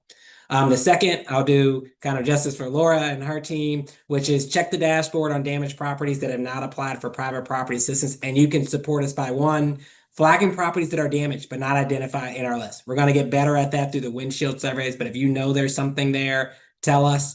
You can share contact information or context for properties for us for outreach. So if you know that that's your auntie's sister's old house and you know some relative that may own that place, you can send us that information. You can send us their contact information, anything that can help us get in touch with the property owner to get them to apply. Or if you also know that it's been a vacant property, you know that it's someone who's out of town, share that information too. That'll help us as we get ready to prioritize next step efforts. You can send that information via email to stl-recovers@tetratech.org. You can call our call center, or you can go visit the STL Recovers Outreach Center in person, and they'll take that information. And then what I'll say is, we know there's been a lot of tough feedback that we've taken that we know is coming and has been coming, but that feedback has been extremely helpful. So as you all continue to hear feedback on experiences you're hearing, please let us know so we can improve our programs. Most of our programs are being run by contractors and a bunch of different groups who are running and getting supports. And so the more we know, the more we're doing and investing in managing that experience directly with our partners, both our contractors and our nonprofit partners, to improve the quality of that experience. So with that, we'll hand it back over to Alderman Aldridge. Need to input a correction. It is at tetratech.com. So we'll need to correct that and send it back around everyone. Oh, thank you, Laura. Yep. All right. Thank you, Office of Recovery. With that, we will now go into public comment first before we hear from alders. If you want to be able to testify, please raise your hand. I want to thank everybody who came out today. We wanted to make sure that today's meeting was virtual. We know some of the main streets. I see a hand up. Or we know that some of the main streets are kind of plowed, but we also know a lot of side streets still have a lot of heavy snow. So this is very important. Not only the current money, but how we move forward as a city, even with potentially future money. So we want to make sure that we had all voices here at the table. So thank everybody who is here that is here to testify. Again, if you'd like to testify, please just raise your hand. And what we will do is we will have Madam Clerk move you over. I'm gonna take a kind of a little pause for everybody to be able to raise their hand, because what we'll do is swear people in all at once. Or Madam Clerk, do you want to do it maybe in groups of 4 at a time so we do not get confused? Let's kind of do 4 at a time. Yeah, because they're coming in pretty quickly. And I love also it. I give me love it. time to write down each person's name. I am noticing that there are some people on here and they have several people attached to one hand up. Like they may have 3 or 4 people wanting to speak underneath one hand. So I'll need for everyone to say their name and at least spell it if I can't. Okay. If you are on Zoom and there's 2 people testifying, when you come over, the Madam Clerk will move 4 people over at a time. If there's 2 people on the screen, we'll ask both of you raise your hand and we will get both names. We want to make sure everything is on record. So please be a little patient with us, because our clerk has to document all of this information so that we are correct for our minute notes.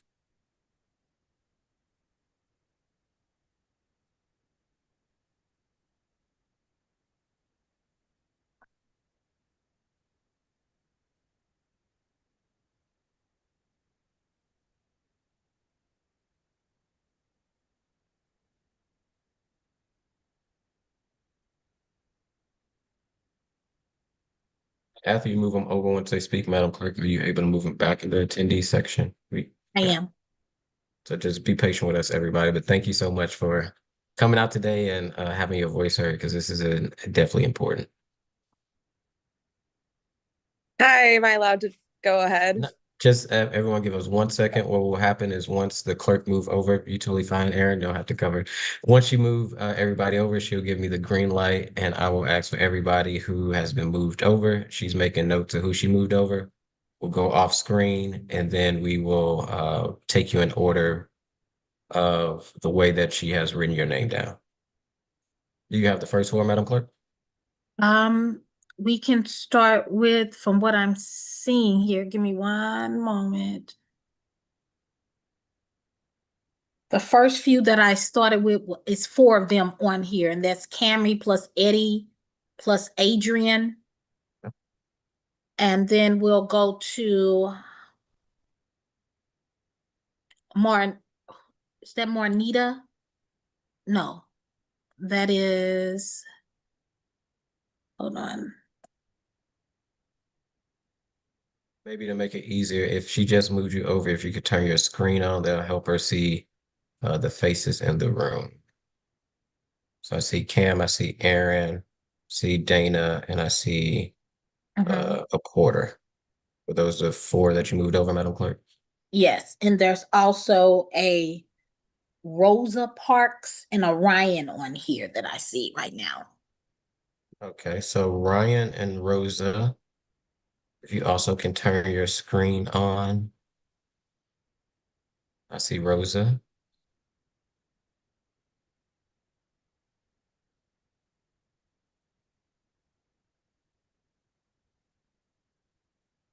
And I see Ryan. Okay.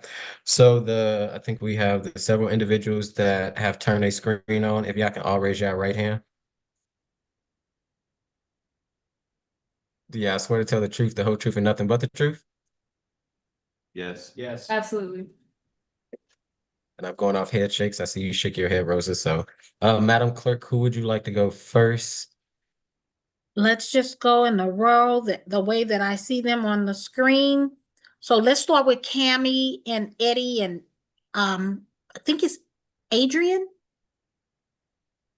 You go first. Me? All right. If you Hey, could state what your we gonna- first and so last name and your ward.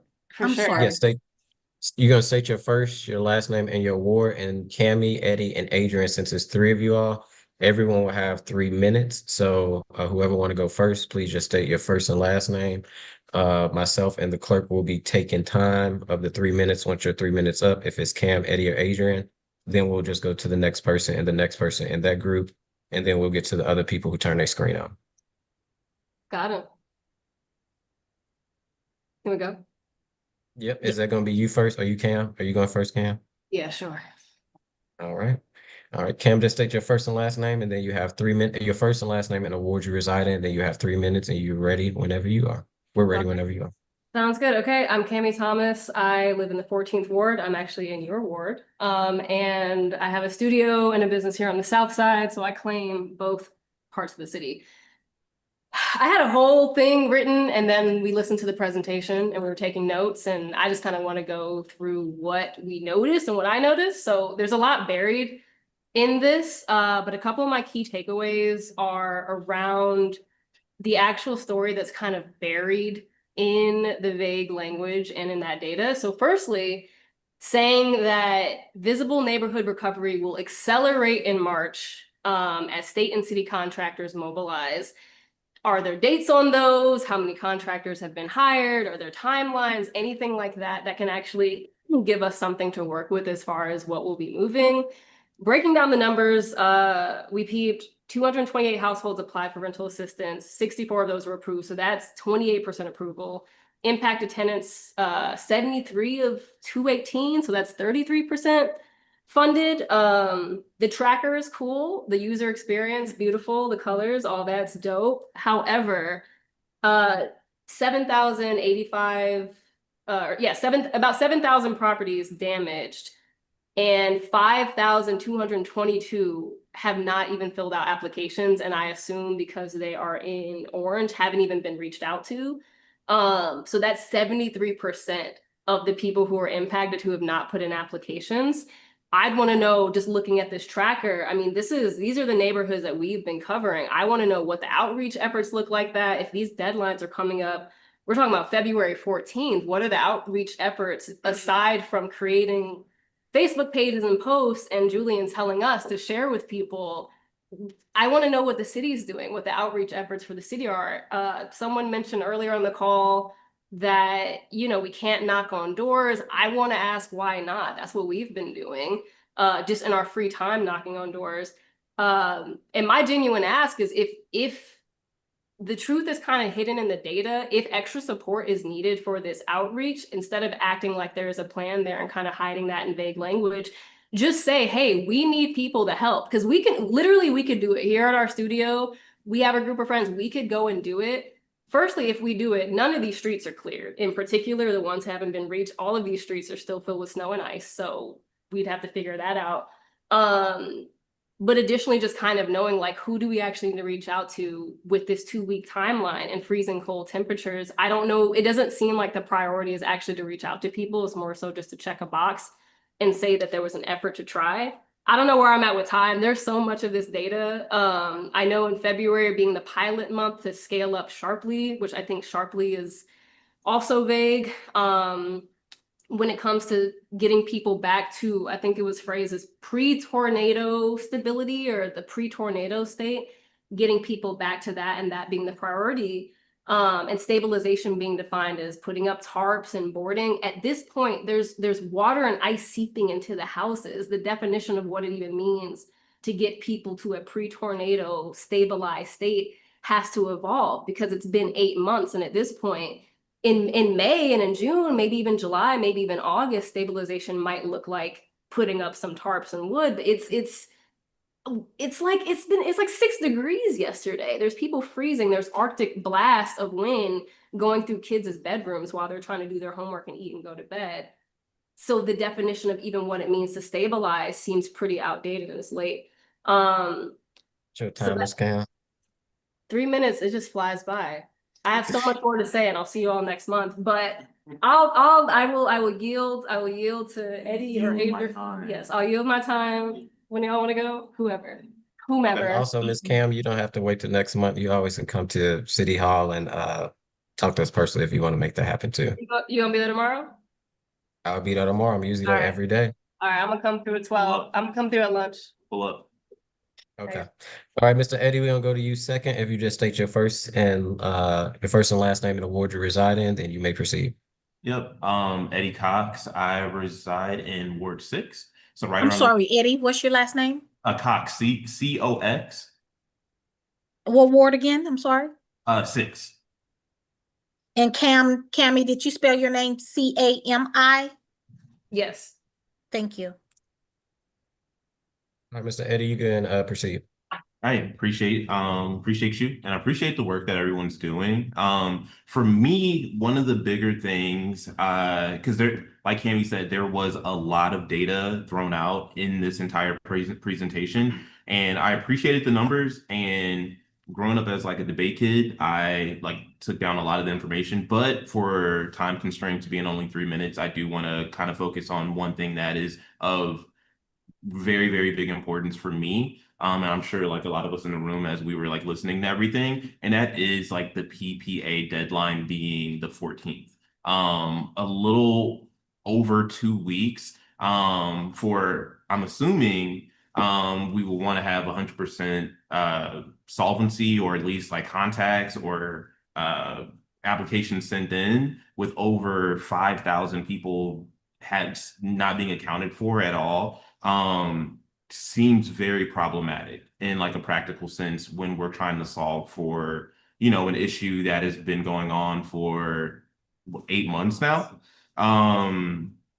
So that's something that I do want to see a little bit more movement on, particularly from the sense of the only instance or the only actionable I've seen is just more of like, hey, y'all, just do more outreach, reach out to people. I feel like that's a bit lacking in terms of like an actionable item to get these people signed up for these, especially because comparatively to other things like the FEMA applications, the barrier of entry is so low. Like you said, there aren't going to be any denials of these types of claims. So I do think there should be a lot more movement in like getting people signed up to have access to this, especially because something I do feel that was lacking from the conversation, and just being very real, is like a fundamental mistrust of government and how it functions and works. And I feel like there should be a response to that.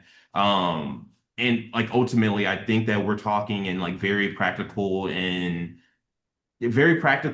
sense, but like we're all very warm and comfortable where we're sitting. And unfortunately, a lot of the residents that are impacted by this are not. So just saying like, hey, they can go down to the Urban League, or hey, they can just hop on Facebook and maybe sign up and everything, I honestly don't feel like it's sufficient. And I feel like the numbers are an indication of that. On like twofold. One, just like a very, very deep mistrust of like signing up for like government anything. But then also the outreach and hitting the ground. So one of my questions would be about how much is being spent in this outreach. What does it look like? What is the outreach looking like to get these 5K plus people signed up for PPA? Because I feel like that is something that it will be critical, especially like as Cammy like kind of alluded to earlier, the nature and the severity of the damage has evolved since 8 months ago. I don't know where I'm at on time. It just went up. Okay, Damn. it just went up. I don't think y'all probably can hear my timer from here. Sorry. Okay. No, Well, you like hit it perfectly. STL TV do good with outside noise because it was going off. I'm trying to keep it so maybe people can hear it, but I'll just mention it and I'll let people kind of finish their thought. But you did perfect on time. So I appreciate you. Thank you. You got anyone, Adrian? Just a couple. Hi, Adrian Gomez. I'm sorry, could you repeat your last name Gomez, like Selena. and your ward, And then- please? I'm in Eureka County. All right. And you may proceed whenever you're ready. Yeah, I guess my biggest focus would kind of be harking back to what Eddie was saying about community outreach. My question would be, are you guys like actually going out to the ground, going to like not only just like community organizers, but also like places of work, education facilities? Like, are you guys going to preschools? Are you guys going to schools? Because I think a lot of these people that we're talking about are working class people, and they are not going to be at home all the time. I mean, most of them are even struggling just to find somebody to take care of their kids, even now more so with damage. So are we making sure that we're actually knocking down where people are at, instead of just, posting something on an internet, hoping people will see it, hoping they'll scroll by, and then by the time that the deadline falls, it's over. So I think that's pretty much where my main concerns are. Everybody else kind of hit most of the other talking points. I'll probably yield back my time. We can still go out there and do it. And we'll go out there and do it too. If it's a lack of of finding manpower and willpower of people, we have all our own social circles of people who are motivated, who want to do this work, who are willing to get their hands dirty. But we don't see any clear communication from our leaders, and any clear places where we can express these and can go out and to actually put word to action.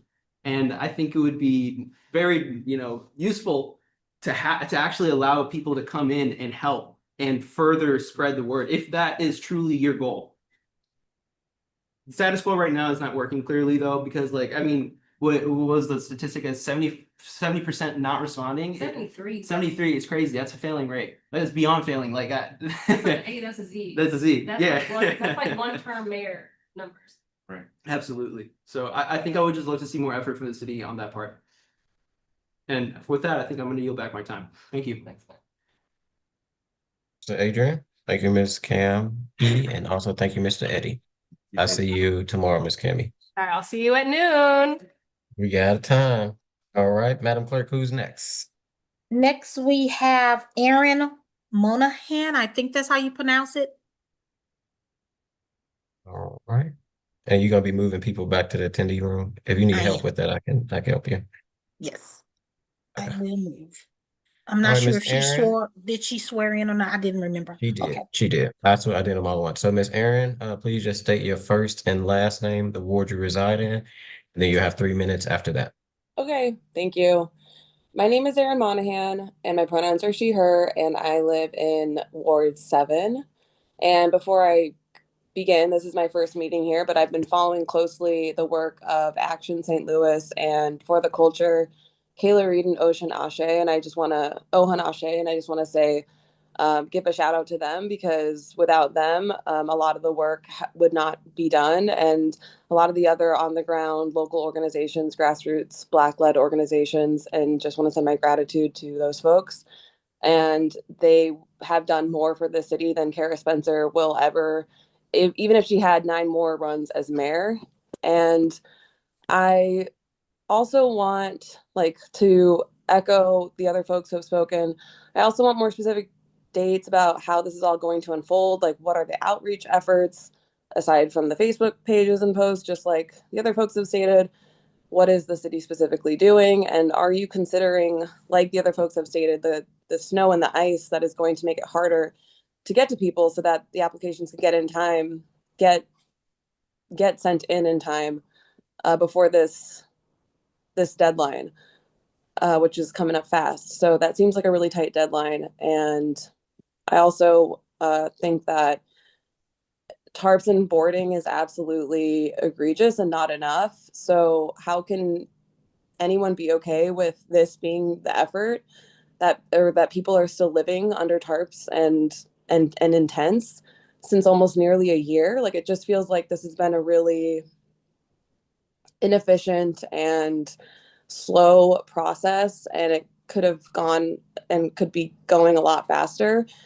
And we've literally just had negative temperatures, and people are living in tents, and the current state of this tornado recovery has been just so slow and egregious. And North City, particularly a community that has been subject to decades of divestment, deserves so much better, more funding and more equitable investment. And I find this is just something that I noted, and maybe it's just my lack of knowledge and understanding about what was said, but I find the rental assistance really concerning. Just hearing that there were a lot of rental assistance applications, but then a lot of them, the majority of them, were denied. And I think that that's cruel. that just sounds cruel. It just sounds not okay. And again, maybe that's my misunderstanding of the whole thing, but I do feel like if people are living in the conditions that they're living in, particularly in North City, where again, like a community that has been seen divestment and neglect historically, then that should be a huge priority. Like making sure that people get that rental assistance so that they're not going further into debt or financial hardship. That's all I got to say. Thank you. Appreciate y'all. Thank you, Ms. Erin. Next, we have Miss Dana B. It's Bacchus. I can spell it if you need me to. Yes, please. You got it. It's B as in boy, ACKUES, and I am in Ward 4. And I'll be short.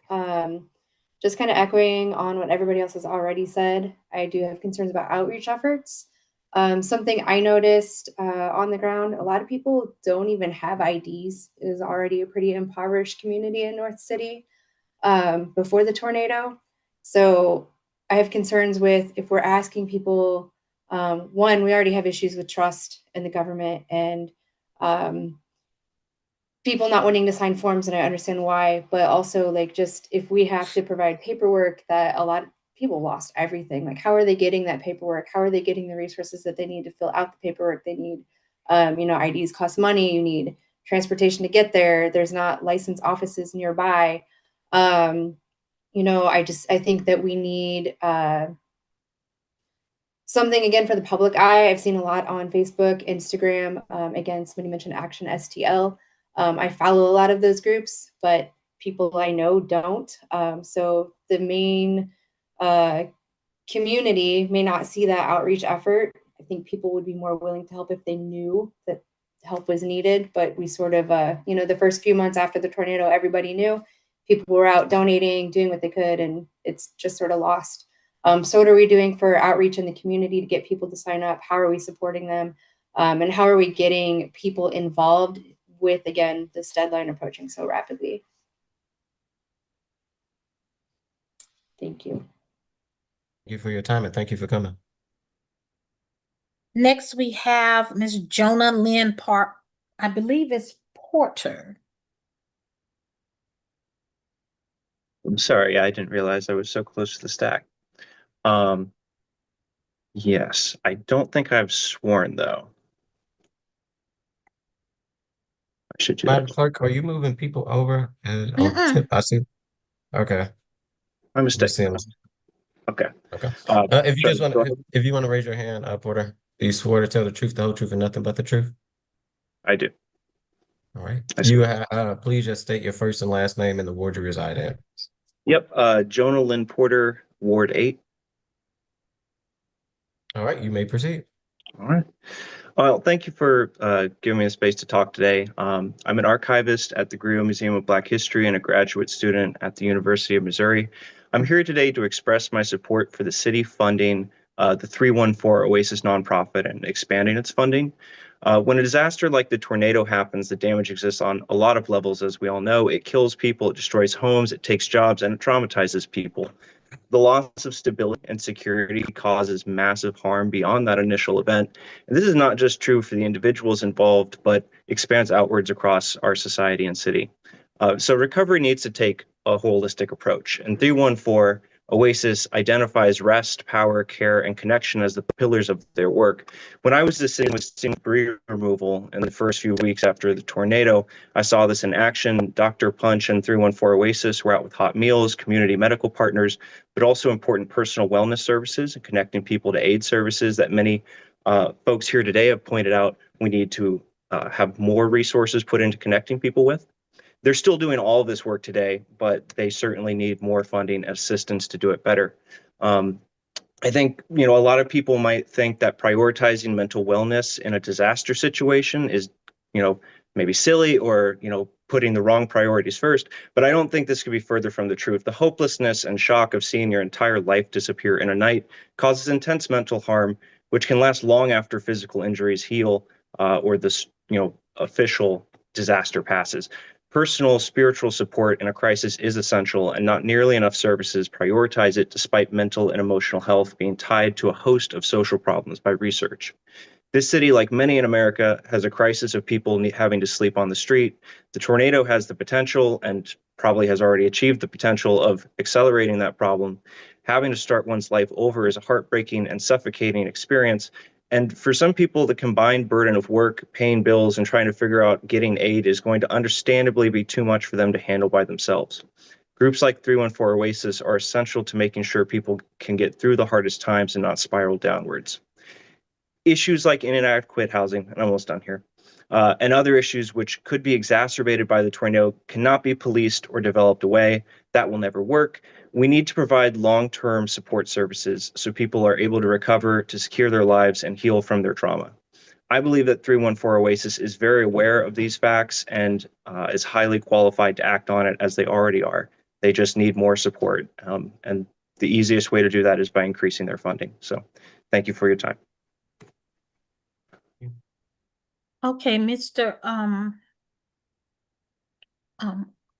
Aldrich, we have several people that are on now. I can name their names so they can show their face. Juanita Spite, Matt. Let's do I think we have two more, Rosa and Ryan. Marnita Yeah. is with the city, and then we'll address that. So let's do maybe Rosa. Rosa and Ryan. Yep. Okay. So Miss Rosa, if you just state your first and last name and the ward you reside in. Yeah, hi. Rosa Parks, Ward 6. All right, you have 3 minutes. You may proceed. I'm here to demand the city do more for North City. If this tornado happened in South City, the debris would be cleared up, trees would be replanted, houses would have roofs on them, and families would be in stable and livable homes instead of unhoused in tents or in hotels. The Ram settlement is sitting in a bank accruing interest while our community is immensely struggling. North City has already been disinvested in by the city for centuries, and the disinvestment has created a pocket of St. Louis that is often forgotten and villainized, even though it's filled with real community who care deeply about their neighborhoods and staying in those neighborhoods. Let's be real. This money is pocket change to what North City is owed and deserves. I ask that you allocate all of the Rams money to tornado recovery in North City, and you invest the Rams money and then invest more. And with that, make sure community is centered at any and all investments. North City doesn't need more geospatial or AI buildings at all.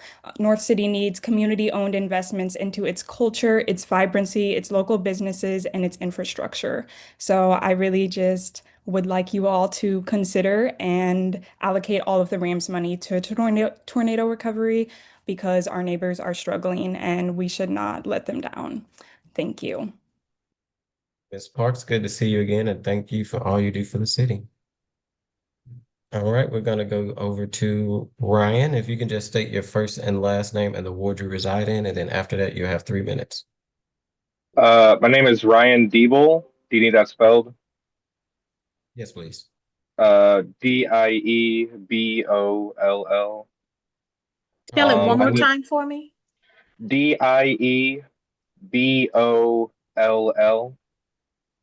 I live in Woodson Terrace County. All right, Mr. Ryan, you may proceed. For around 9 months, I have been working at Fountain Park with 314 Oasis. Since May 17th, the day after the tornado, I've been at Fountain Park almost every day working with grassroots community organizations like 314 Oasis and members of the Fountain Park community.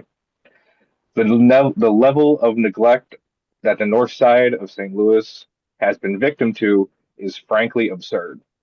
The same houses that I saw destroyed in May are still destroyed. The same people that needed help in May still need help and are hanging on by threads. The small amounts of money people have received from FEMA is not enough. And I think all of the Rams settlement money, remaining Rams settlement money, should go to places like 314 Oasis and other community organizations doing the work that the city is saying that they're doing. We solve the outreach problem you guys have. We have caseworkers on site. every time we're out.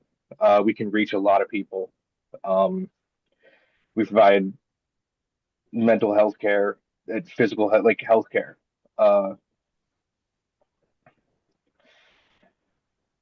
Every cent of that RAM settlement money should be spent on the people of North St. Louis without exception. The money belongs to the people and should be treated as such. The people of North St. Louis will not forget the neglect that we've all have felt. We will continue to apply pressure to the city to do what we all know is the right thing, and we will continue to organize and work together until what needs to be done is done. All right, that's all. Thank you, Ryan. Thank you, Ryan.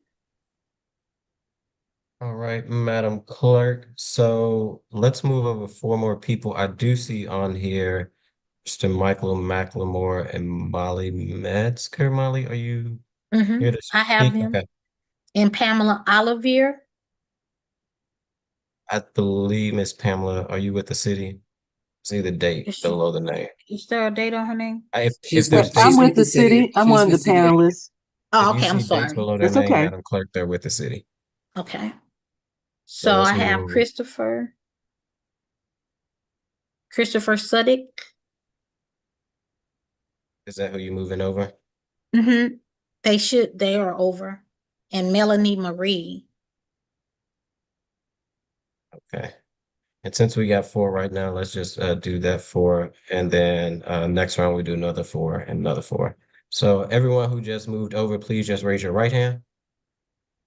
Do you swear to tell the truth, the whole truth, and nothing but the truth? I do. All right. And just in order of how I see it on my screen, I'm gonna start with Michael, Molly, Christopher, then Miss Marie. Everyone just state your first and last name and the ward you reside in, and then you have 3 minutes. So, Mr. Michael, you're up first.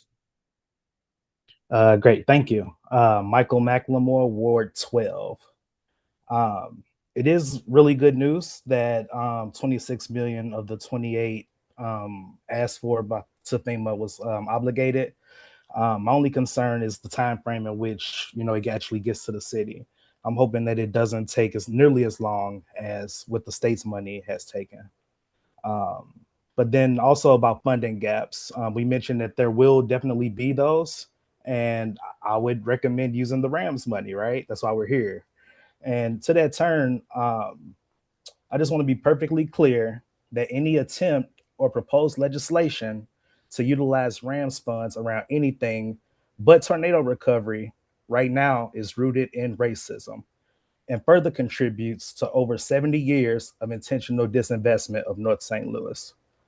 Utilizing those funds for anything else right now only sends a clear message to the people of North City that you don't give a damn about Black people. That's it. Thank you, Thank Mr. you. Michael. We're gonna go next to Miss Molly. Ms. Molly, just state your first and last name, ward you reside in, then you have 3 minutes after. All right, Molly Metzger, 7th Ward. So my testimony is in solidarity with everyone else who's been speaking tonight. I'm going to bring in some research to the conversation as well. So I'm a teaching professor at WashU's Brown School of Social Work. And 1 year ago, while teaching at WashU, I was also a student at St. Louis Community College. I was taking a FEMA course called CERT, or Community Emergency Response Team training. And the premise of CERT is that in the event of a disaster, the first responders can't do it alone, that community members are a crucial and potentially life-saving part of the picture who should be trained, supported, and treated as partners in emergency preparedness and response. And I learned a ton at St. Louis Community College, but as I was taking the course, I was also feeling really uneasy. Americans, including St. Louisans, move frequently, sometimes voluntarily, but often involuntarily due to eviction or other displacement. And forces like neighborhood instability and school closures make it harder to know our neighbors, to build community, and to know who we might need to turn to or who we might need to look out for when a disaster happens. And a model like CERT won't work if we don't have connected communities and if local government isn't meeting people where they're at. And I've been thinking of fascia, stay with me here, but I've been thinking about fascia as a metaphor here. Fascia is the connective tissue that supports and connects every structure in our bodies. And it's easy to take fascia for granted, but an injury to fascia reminds us how fundamentally important it is. It's hard to move, it's hard to thrive without healthy connective tissue in our bodies. And as a society, we have devalued our fascia, our connective tissue. I'm thinking of people in the neighborhood who organize the block party, the families, teachers, and staff running PTOs in our schools, the library staff who help us access everything from books to legal services to gun locks to telescopes. And all of this labor of social connection is really important, but again, it's easy to devalue it in a society that often values competition over care. So as I wrestled with these questions of community connection and disaster preparedness a year ago, I brought them to my social work students at the Brown School, and they ran with this work, interviewing St. Louisans who are part of our community fascia in different ways, from winter outreach volunteers to public servants working in emergency management. And then the tornado happened, and many of these students joined the mutual aid efforts and used those experiences to further inform their research. And so the students produced a report that I'm putting in the chat right now. And I'll drop off hard copies later this week. And the big takeaway, as many others have said tonight, is we need to invest more deeply in the work of on-the-ground community groups, healers, those who are present in the day-to-day. And in tonight's update from Julian Nix and his team, there was acknowledgement of the need for better outreach and integration of services under the Recovered Residents pillar. My students' research suggests that deeper investment in the existing social fabric in the Northside neighborhoods that were impacted by the tornado, so groups like 314 Oasis and others, would be an important part of that more holistic and integrated approach. And it would also help toward overcoming the mistrust that was named in other testimony given tonight. Thank you. Thank you, Ms. Molly. And yes, please, if you can come to the board and have 15 copies, enough for the board and also the president office, that would be great. Yep, will do. Thank you. All right, next we're going to go to Christopher. Christopher, just state your first and last name and the ward you reside in.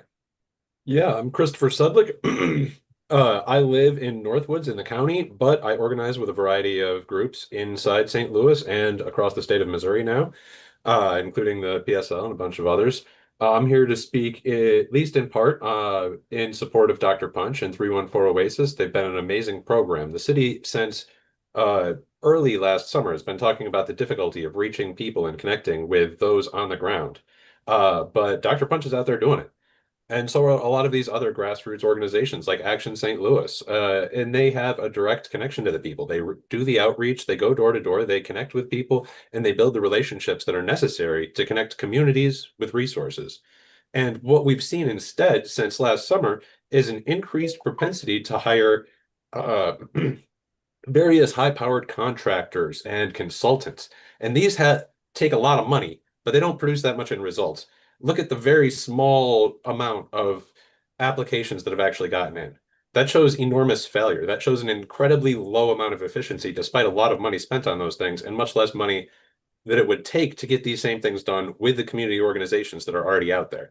You know, when we look at systems that are not working for a long period of time, I think it's important that we start to ask and seriously consider why those systems are acting the way they are. In my opinion, the purpose of a system is not what it claims to do, but it is what it consistently and repeatedly manages to do over time. The purpose of a system is what it does, not what we wish it did. And I think we need to really reevaluate the leadership and the structure of power and who's making the decisions and putting money where, and try to redirect that more to the people and to the community and to the excellent organizations and prominent organizers that have been putting in the hard work to bring relief and repair to this city. And I also think we should put all of the Rams money there. Thank you. Thank you. Thank you, Mr. Christopher. Next, we will go to Ms. Marie. Ms. Marie, you have, just please state your first and last name and the ward you reside in, then you have 3 minutes. Thank you. I'm Melanie Marie. I live in Ferguson. You may proceed. Thank you. I'm speaking Thank you. today. I'm speaking today as someone standing with impacted families who are still waiting to recover from a disaster that turned their lives upside down. I want to be very clear. Our communities are not asking for miracles. We are demanding action, transparency, and dignity. It has been months since the tornado, And while we continue to hear that the funds have been allocated, the lived reality on the ground tells a very different story. Out of tens of millions allocated for recovery, only a small fraction has actually been spent, and families are still displaced, still navigating debris, still waiting for repairs, and still unsure when help is actually coming. Again, allocation without action is not recovery. Press runs without progress is not recovery. And asking traumatized residents to wait even longer to feel some sense of relief is not acceptable. As of today, January 28th, this city effectively telling impacted residents to wait until March to feel meaningful recovery. Let's name what that means. That's 32 more days, 768 more hours, 46,080 more minutes of uncertainty for elders, parents, and children who have already lost safety, stability, and trust. We are also deeply concerned by whispers about using a significant portion of the RAM Settlements Fund for water infrastructure. Let me be clear again, infrastructure matters, but it cannot come before people. You do not rebuild pipes while families remain displaced. You do not prioritize long-term capital projects while residents are sleeping in hotels with mold, broken fixtures, and unsafe conditions. Although we are grateful housing programs are available, the hotel program as it currently exists is failing people too, which is probably another reason for people not wanting to participate in that program. Families placed in locations like the Quality Inn in Hazelwood are living in deplorable conditions, without consistent access to clean spaces, without the ability to cook fresh and hot meals, and without dignity. This is not emergency assistance. This is warehousing trauma. And for every dollar already allocated but not spent must be accounted for. Who controls it? What are the barriers? And when will residents actually benefit? Because March is disheartening, especially when it's already been 256 days. That's 6,166 hours of time waiting. We are asking this body and recovery team for an accelerated recovery timeline with weekly benchmarks for public to track. The opportunities to review these presentations at least 24 hours in advance, and immediate improvements to temporary housing, including safe conditions and access to cooking and basic needs. And last but not least, we need all of the RAMS money to go to North City and impacted neighborhoods. To have given Tetra Tech $6 million to research the unhoused when organizations like 314 Oasis are actually doing the work and getting a mere fraction of that is very disheartening. The people of St. Louis are resilient, but resilience should not be exploited to justify delay. Recovery delayed is recovery denied. And we are watching, we are organizing, and we expect the city to move with urgency with our demands. Thank you. Thank you, Ms. Marie, for your testimony. I will say, yes, we agree that these documents absolutely should be provided not only to the committee 24 hours in advance, but also so it's on the website. And this committee also received it just a few hours before this meeting. So we will make sure that we continue to make sure that those documents are ahead of time within 24 hours. Thank you so much. All right, Madam Clerk, it looked like I already see you move several people over. If you're online, Ms. Cockshill, I see your hand raised. You don't have to have your hand raised. You already moved over, as well as Ms. Heather. But Ms. Heather, if you can turn your camera on. I don't see how to do that. I'm sorry. It should be right next to the mute button. Where you turn the audio on, there should be a button that says video, Yeah, I don't have that. or it should say start video. No, for some reason I don't have that. I'm on my iPad, so I don't know if this appears differently than any Zoom I've been in. Do you have a camera on your iPad? I do, yet I don't have a camera option. Okay, what we will do is we'll let you try to figure that out. We'll keep you on this side. If you can just go on mute as you figure that out, that will be, and if you need to get on your phone or another way to do your Zoom, we want to make sure your voice is heard. But for the ones that is online, could you please raise your right hand?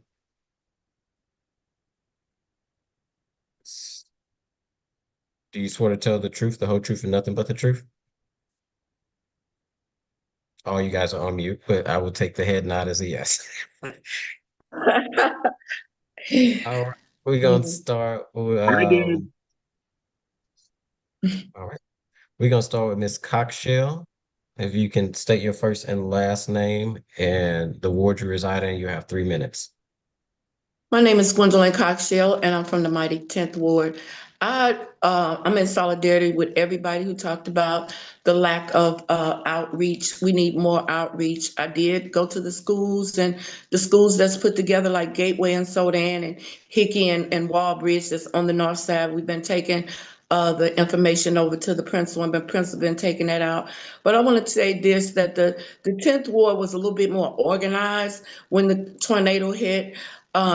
For the simple reason that the board had already set up an outreach for the elderly. We had already identified our elderly. So the people that needed a lot of help, you know, like a roof or something like that, they were getting assistance because they were already signed up for years to Healthy Homes and Mission St. Louis. And I just want to talk about the senior that I dealt with that was 88 years old. They need advocates because they couldn't get through the bureaucracy. It took like 5 months, but reached out to, we finally got somebody, Shamim, or Alderman finally found somebody to get him a roof on his house. He was 88 years old.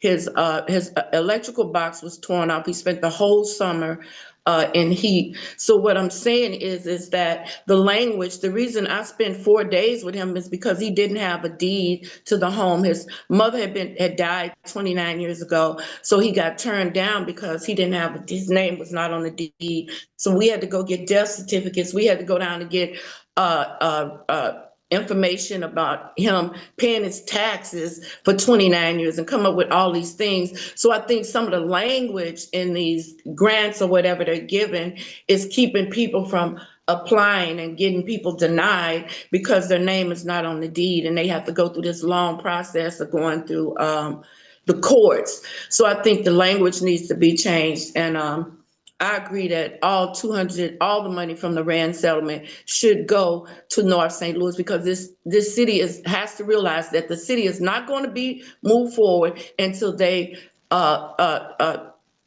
help the people in North St. Louis. And I just want to say one thing about when they say $280 million is nothing, it's a big, humongous tree on a little shotgun house behind Julia Davis Library. Been there since day one.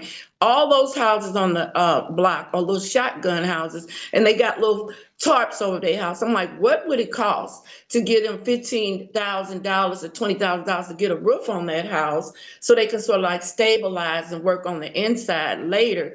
But I do think $280 million could do a lot of help. And I just want to thank you all. I want to thank Shameen for helping that senior, but we got a lot more senior that's not getting help. And I think we need to plan for the next catastrophe and not wait on it. Like I said, we knew where our seniors was. We knew the people that we had to go to, and that's what helped us out a lot. Thank you for listening. Thank you, Ms. Coxshell. Yes, the power of 10 is always boots on the ground on the clock cover. We're gonna go to is it Danya? Yeah, Danya. I'm in Ward Alright. 7. Ward 7. If you could just say your first and last name for us, we see the spelling, but just say it for Danya Gerasimova, Ward 7. Alright, awesome. You have 7 minutes. Please proceed. Yeah, I just want to echo the demand that the entirety of the RAMS fund goes to North City tornado recovery. That just seems like such a no-brainer. It should just be a really straightforward decision for the city, and is really urgent. And but also just hearing this meeting earlier, hearing how low the turnout of applications was just crazy. And I would like to hear more about what the outreach efforts have been and how exactly the city is planning to increase the number of applications in these 2 weeks that are remaining under the current conditions. And I'll yield the rest of my time. Thank you, Danya. Thanks for coming. All right, next we will go to Ms. Jordan. Just please state your first and last name and the ward you reside in, and you have 3 minutes after that. Good Ms. evening. Jordan, good evening.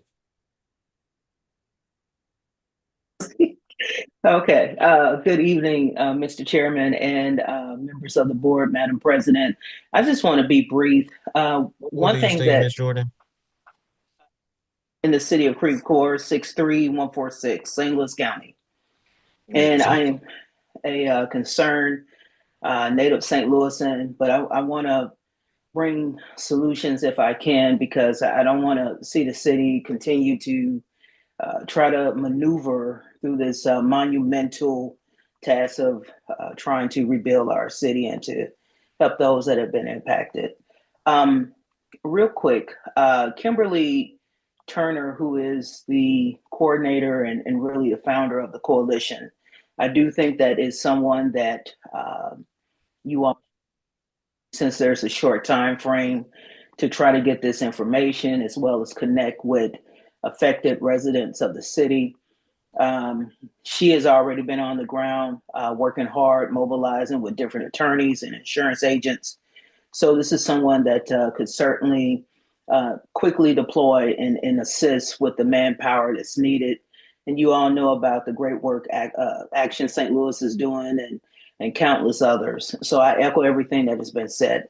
And then finally, I wanted to let you, Madam President, I did send an invite and invitation out to you and to your chief of staff about a presentation that I am putting together, and really have got someone that is at national level and certainly has the credentials. Is Dr.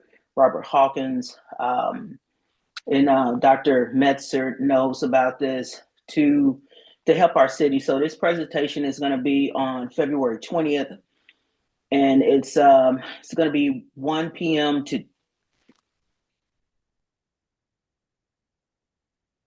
I don't want to give you the wrong time, but certainly members of the board, I do encourage you all to reach out either to President Green's office or to me.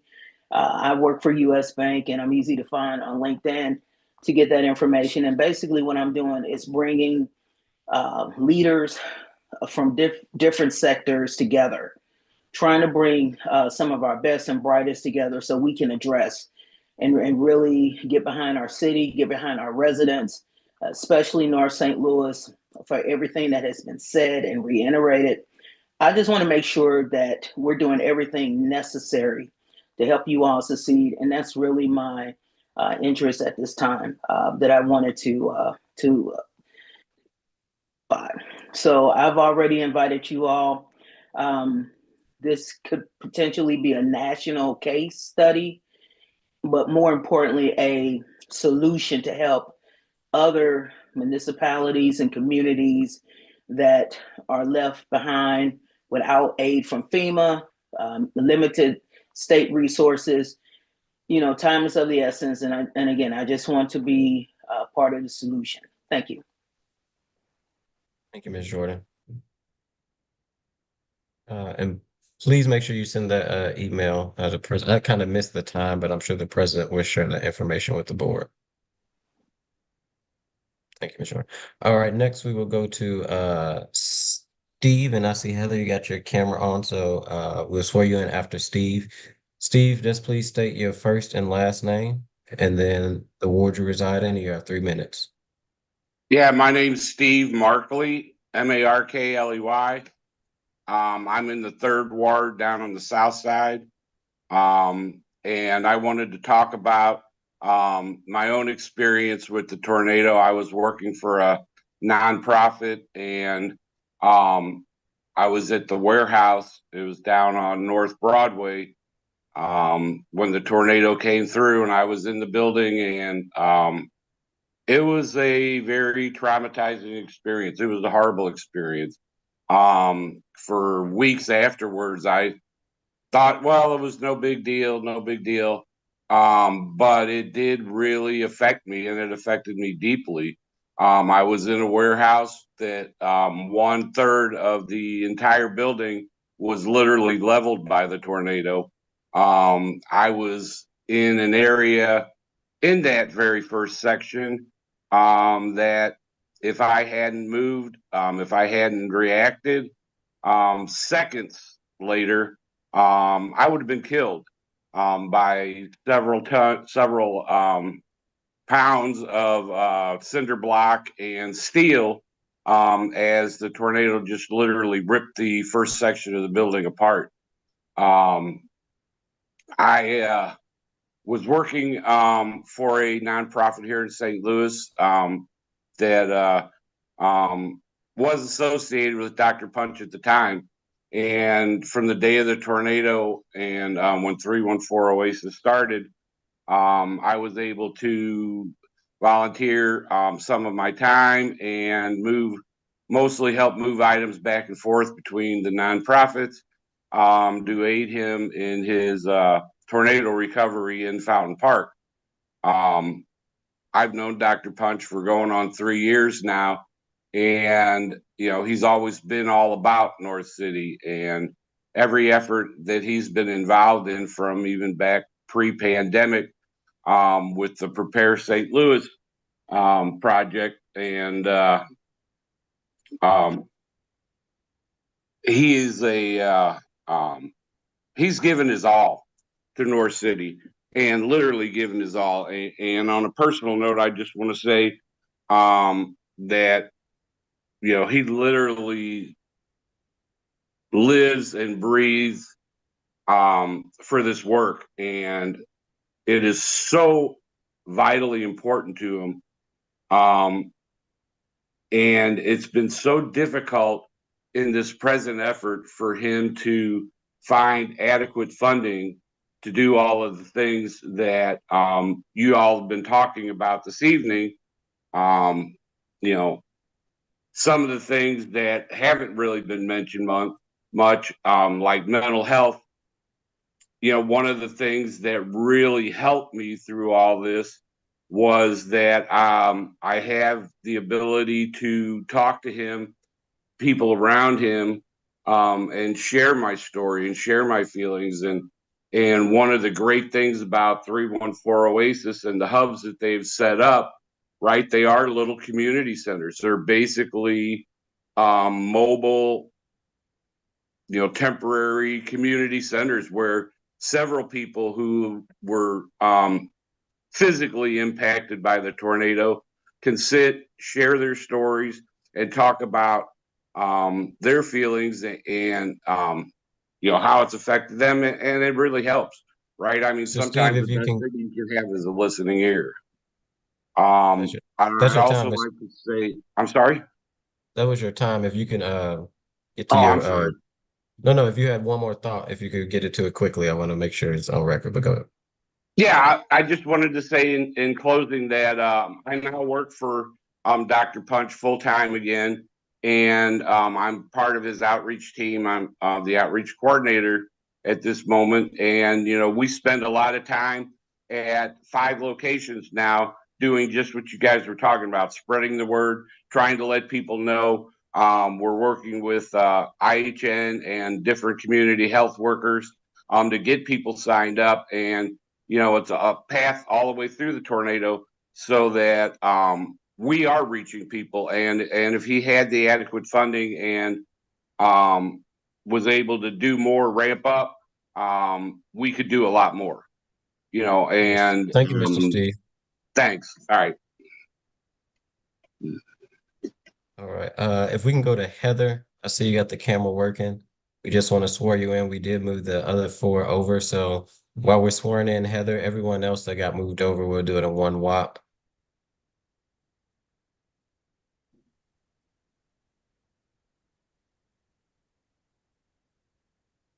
Everyone can raise your right hand. Do you swear to tell the truth, the whole truth, and nothing but the truth? I do. All right. We will start with Heather. You have 3 minutes after you state your first and last name and the ward you reside in. Heather Hageman, Hageman, Ward 9. Hi, Michael. I am a community engagement director of a bunch of health profession students, and I have been deploying them for 10 years and no LJ Punch since that time. I also have really enjoyed hearing a lot of the names of Kayla Reed and O'Sheon and Kim Turner. All these folks have built long-standing relationships with the communities that the city needs to talk to. You need to follow their lead. They are boots on the ground, and they are the ones who are going to get the folks, which we all have tragically learned tonight, are not responding to the city for legitimate, long-standing reasons. I want to leave you with a phrase that I cannot remember where I heard this from, but community is immunity, and you need to listen to this. I have been a lifelong member of the city since I moved here from Oklahoma in 1993. I believe in the city, and we really need to take care of our own. If my health profession students can help be extenders of these folks who have built the trust, I will deploy them. That is what we all should do. The St. Louis Community Health Worker Coalition also has built this trust. They can help you. The IHN, you need to reach out. We need to let go of our egos and let these folks do their jobs, which means, as many people have said before, they need our financial and time investment. That's all. Thank you, Heather. All right, next I will go to Dr. Legendary LJ Punch.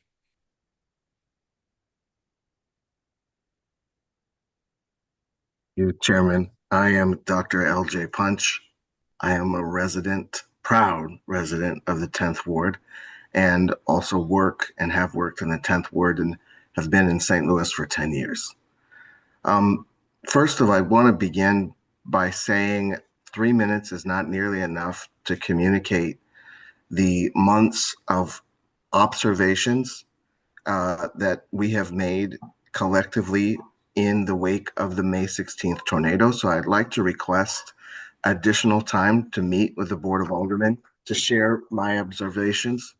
I am a community health advocate and trauma surgeon and have stood by St. Louis through numerous community health crises, including the pandemic, the rise in overdose, the rise in homicide, and now the impact of this tornado, all along also recognizing the deep impact of housing insecurity and people's health and well-being. I'm extremely worried that this moment represents an actively worsening humanitarian crisis at a scale that no one is really describing, no one is really addressing, and no one is really talking about. People are experiencing a level of loss and pain like I have never seen. I have frequently described the path of the tornado like a bullet injury that tore through St. Louis's heart itself. I also want to speak, though, specifically about this meeting and Board Bill 31 and how much I want to implore the Board of Aldermen to stand in accountability to the intention of this bill. The bill was set aside for flexible, rapid funding, but as of today, and what we heard earlier, 37% of just Board Bill 31 has actually been spent. That doesn't feel rapid and it doesn't feel flexible. It feels like so much of the spending for this bill has been tied to a cost recovery pathway. And there are so many questions I fail to see answered week after week in these meetings around how many impacted residents are actually getting helped, how much of the money and where the money is actually being spent, how much of it's being pushed through cost recovery. And if, as we heard tonight, cost recovery is going to happen to the tune of $26 million, what is the plan to spend that money again when it does come back? The rest of the RAMS funds absolutely need to be invested to stop the humanitarian crisis that is happening in North St. Louis right now. But it needs to be done in a way that does not encumber these funds with the process of being able to stand up to FEMA standards and instead honor the intention of Board Bill 31 for flexible and rapid funding. The funds that should have been the easiest to spend have turned out to be the hardest to get. And organizations like the one that I have been part of, 314 Oasis, to this date, have gotten less money than was given to Tetra Tech, a national entity, just to study on-house services in St. Louis. $300,000 for them, $286,000 for us.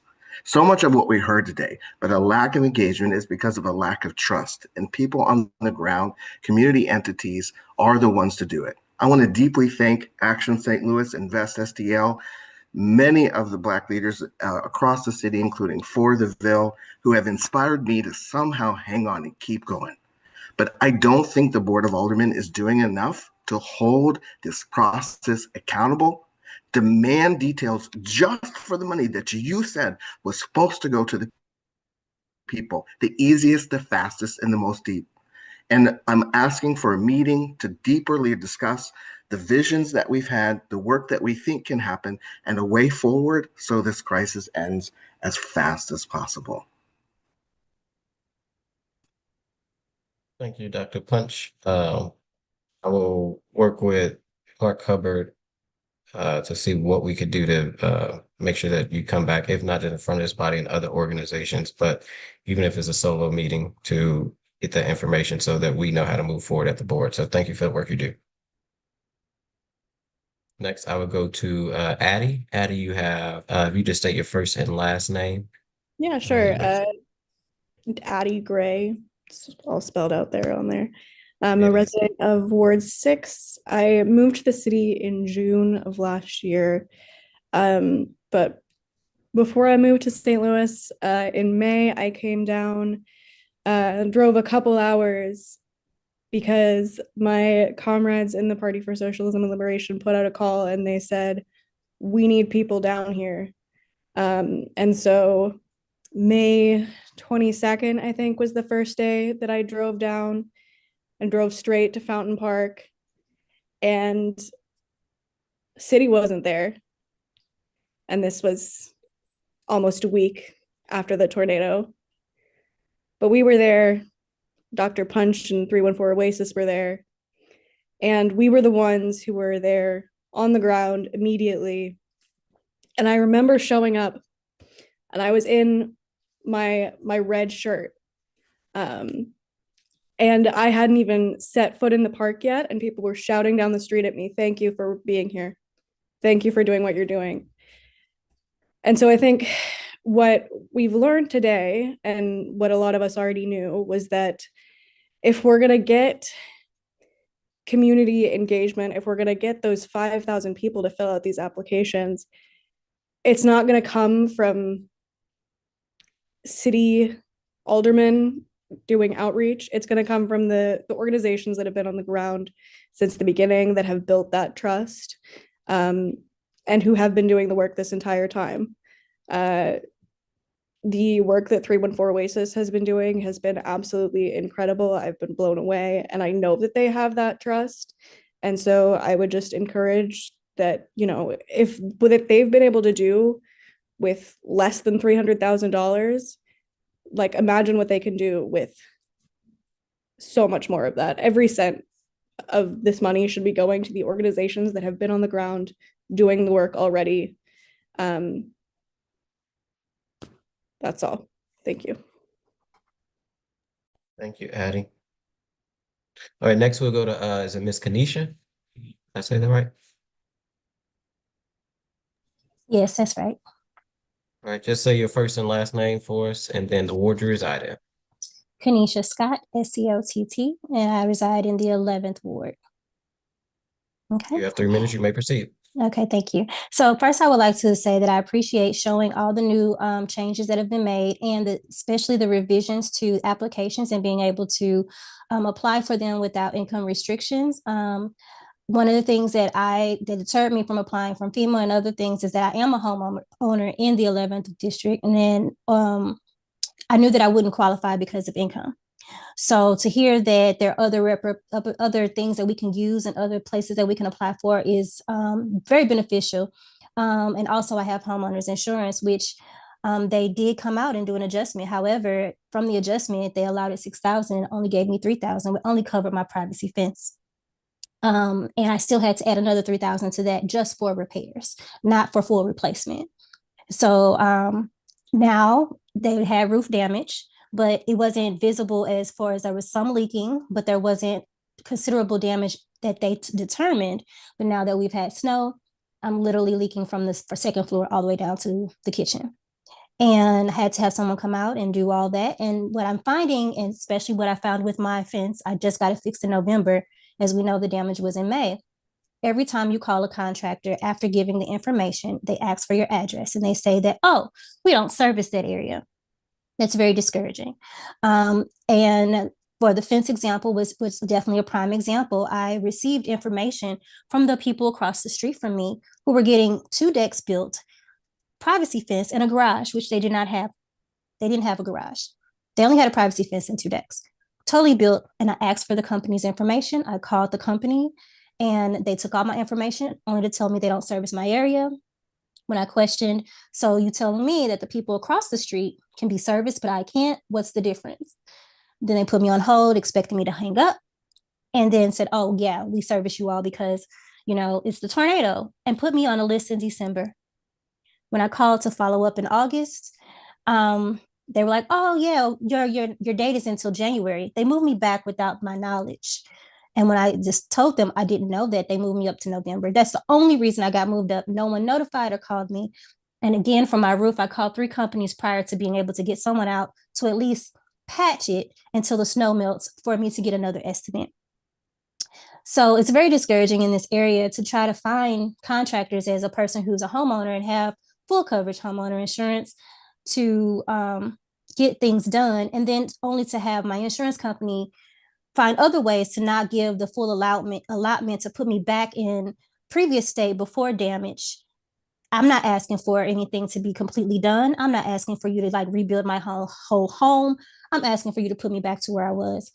And to come up with extra funds is very frustrating, but I do appreciate that there's been information provided that we can still apply, yet wait for at the same time.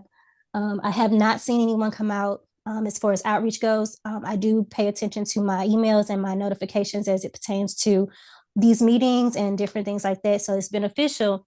No one knocked on my door. I did see red signs and yellow signs all over the neighborhood, but no one knocked to ask. My damage was primarily in the back of my home. I had to come out of pocket for ripped out electricity, boxes, all of that before Amber could even come, trees, all of that stuff. There's still a limb, matter of fact, over the back that, you know, my neighbor needs to, you know, report, but I can't report. There's also been dumping reported in my area. I've reported the dumping from the people who were getting their home fixed across the way. What happened was they came out, they were sitting there. I came out, hey, are you there to take care of the dumping? Illegal dumping, by the way, by contractors and others where there's bricks, trash, and debris, which is crowding up my carport. And they told the people, they asked me, oh, do you have pictures? Do you know who's doing it? I said, yes. Are you willing to talk to the police for a report? I said, yes. This is the city forestry. Instead of getting it taken care of, they went around and told the people. And next thing I see them picking up stuff from their home, only for a little while. And now there's bricks still out there. There's old wood. There's old tree rubbish. The trash can is falling apart. The trash is always overpiled and overflowing behind my yard.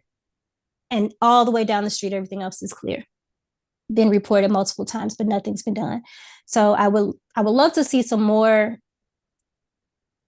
activism towards items that have been reported, because I do report them. I do talk about them, and nothing's happening other than, oh, we're going to put the lights out to watch the alley, the police cams or whatever, things of that nature. And just to be looking for services and not being able to get them because of zip code. I'm over my time. Yes, ma'am. Yes. Thank you so much. I appreciate it. No problem. Sean. All right, Sean, if you could say your first and last name and the ward you reside in, you have 3 minutes. My name is Sean Carter. I'm in Ward 13. Really, I appreciate the opportunity, and I'll try to keep it as brief as I can. I really wasn't going to hop on the call, but I figured like this was for posterity and it's going to go on the record, so I might as well. Now, my heart goes out to everybody that was affected. I really didn't realize until Steve was talking, that it was very traumatic, even for me. I watched the storm pass by here. My neighborhood wasn't as affected as a lot of the other neighborhoods adjacent to me. But what I do want to reiterate that some others have already spoken on. I have seen really little to no outreach. Okay, no one's come in my neighborhood. I feel like there could be solutions, but I know why there's not solutions. We got grocery stores that people go to on a regular basis. What pharmacies are left, community centers, medical centers, schools. There's so many places people could be doing outreach that have not done outreach, because I shop in these places. I live in North City. I'm in the city every day. I would like to encourage brothers and sisters that have, and thank everybody that came. Like, I met people from all over this state, really, that came out here to help. I want to not try to attack the people on this panel or on this call, but I do want to encourage the brothers and sisters that came out to help, that we are on our own. The evidence is clear. No one's coming to help us. We are going to have to do this for us. I want to also echo the sentiment of all that money is owed to North City. This thing has been designed this way. Astute historians and lifelong residents of this city know how it was designed, know who designed it, and to whose benefit. So because this is a system that was designed by a particular group of people, that means it is still working for that group of people.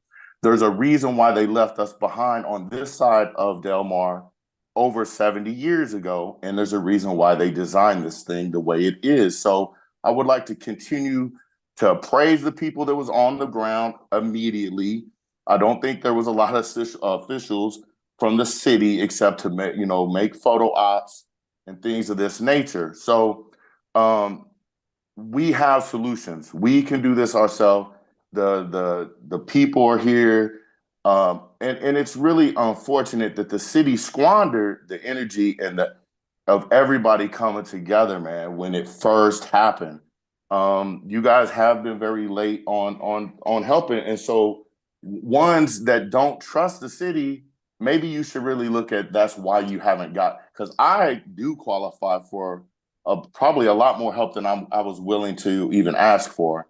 So I would like to really reiterate that we have to do this by ourselves, y'all. We have to organize by ourselves, because the city has proven to us that, once again, the people that they have deemed not worth investing in are not being invested in. And I appreciate your time. Thank you. Thank you, Shauna. Thank you for coming, and please spread the word to one, for you to continue to come, but for your neighbors to also come. We have another one of these February the 25th. This will be at City Hall in the Kennedy Room at 101 South Tucker. So the fact that you got on is important to make sure more and more people know about these meetings and get the information out there to be able to spread it, but also to know what's moving forward. So thank you for hopping on. I appreciate you. No problem. Lobster, Third Ward, if you can turn your camera on. It looks like, before we swear Ms. Lobster, if there's anybody else in the attendee room that would like to speak. Lobster was the last person, so if you would like to speak, we would like to do it in a group and not miss anybody. I'm not showing any hands raised at the moment. Okay. If they pop up, we'll address it. Ms. Lobster, if you raise your right hand. Swear to tell the truth, the whole truth, and nothing but the truth. I do. All right, thank you. You have 3 minutes. Just state your first and last name, and you reside in Ward 3. Yes, good evening, everybody. So my name is Amina Lobster, and I'm a current resident of the Ward. So I'm here as both a concerned resident, a member of the Tornado Advisory Committee, and a member of Transform 314. And I've previously had the opportunity to testify in front of the committee. And when I did compare the tornado to Hurricane Katrina. And I fear that we are coming dangerously close to repeating some of the same mistakes that they did and some of the same mistakes that I have previously mentioned when I testified. So Katrina left some of the most vulnerable populations feeling hopeless. As many said during Katrina, it takes a natural disaster to reveal a social disaster. But for the city of St. Louis, the social disaster was already apparent prior to the tornado, and now it is only heightened to dangerous levels. Studies have been produced by the National Institute of Health regarding the prevalence of serious mental health issues. Nearly half of the respondents exhibited probable PTSD after Katrina. In addition, following Katrina, the health of survivors 65 and over declined nearly 4 times the national average.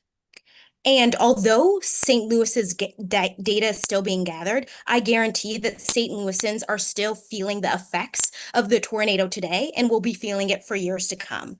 So I originally applied to the Tornado Advisory Committee so I could be a small part of recovery for the city that has done so much for me. But I can't say that I'm doing my part unless I warn all of those involved that I am discontent and distressed with what I've seen so far. I cannot express enough my concern of the lack of coordination between the STL Recovers team, the team in the mayor's office, with elected officials statewide, elected officials on the local level, and elected officials on the federal level. We cannot continue to have nonprofits bear the brunt of recovery without the probable support that they need. I have witnessed passion from so many, as I mentioned before, including those in the STL Recovers team, but passion alone can't bring back homes. Passion can't bring food and water to the table, and passion has never been able to take loved ones from the grave. And if we continue on this road, we will see the death of so many. It may not be today, it may not be tomorrow, but in the years to come, we will see those lives lost, and we cannot afford to continue to go on this way. So we need to continue to proceed as if our loved ones are at stake, because for so many people, it is their loved ones at stake. Thank you. Thank you. All right, I don't see any more in the attendee section. If anybody, we will go to alders next, but if anybody, I'm sorry, Alderman. Yeah. There is one person I think we're trying to. Her name is Amber. Amber. Cole. Mhm. She said her hand is raised. Do you see her on the attendee side? No. no. Amber, if you are, can you raise your hand again or turn your camera on?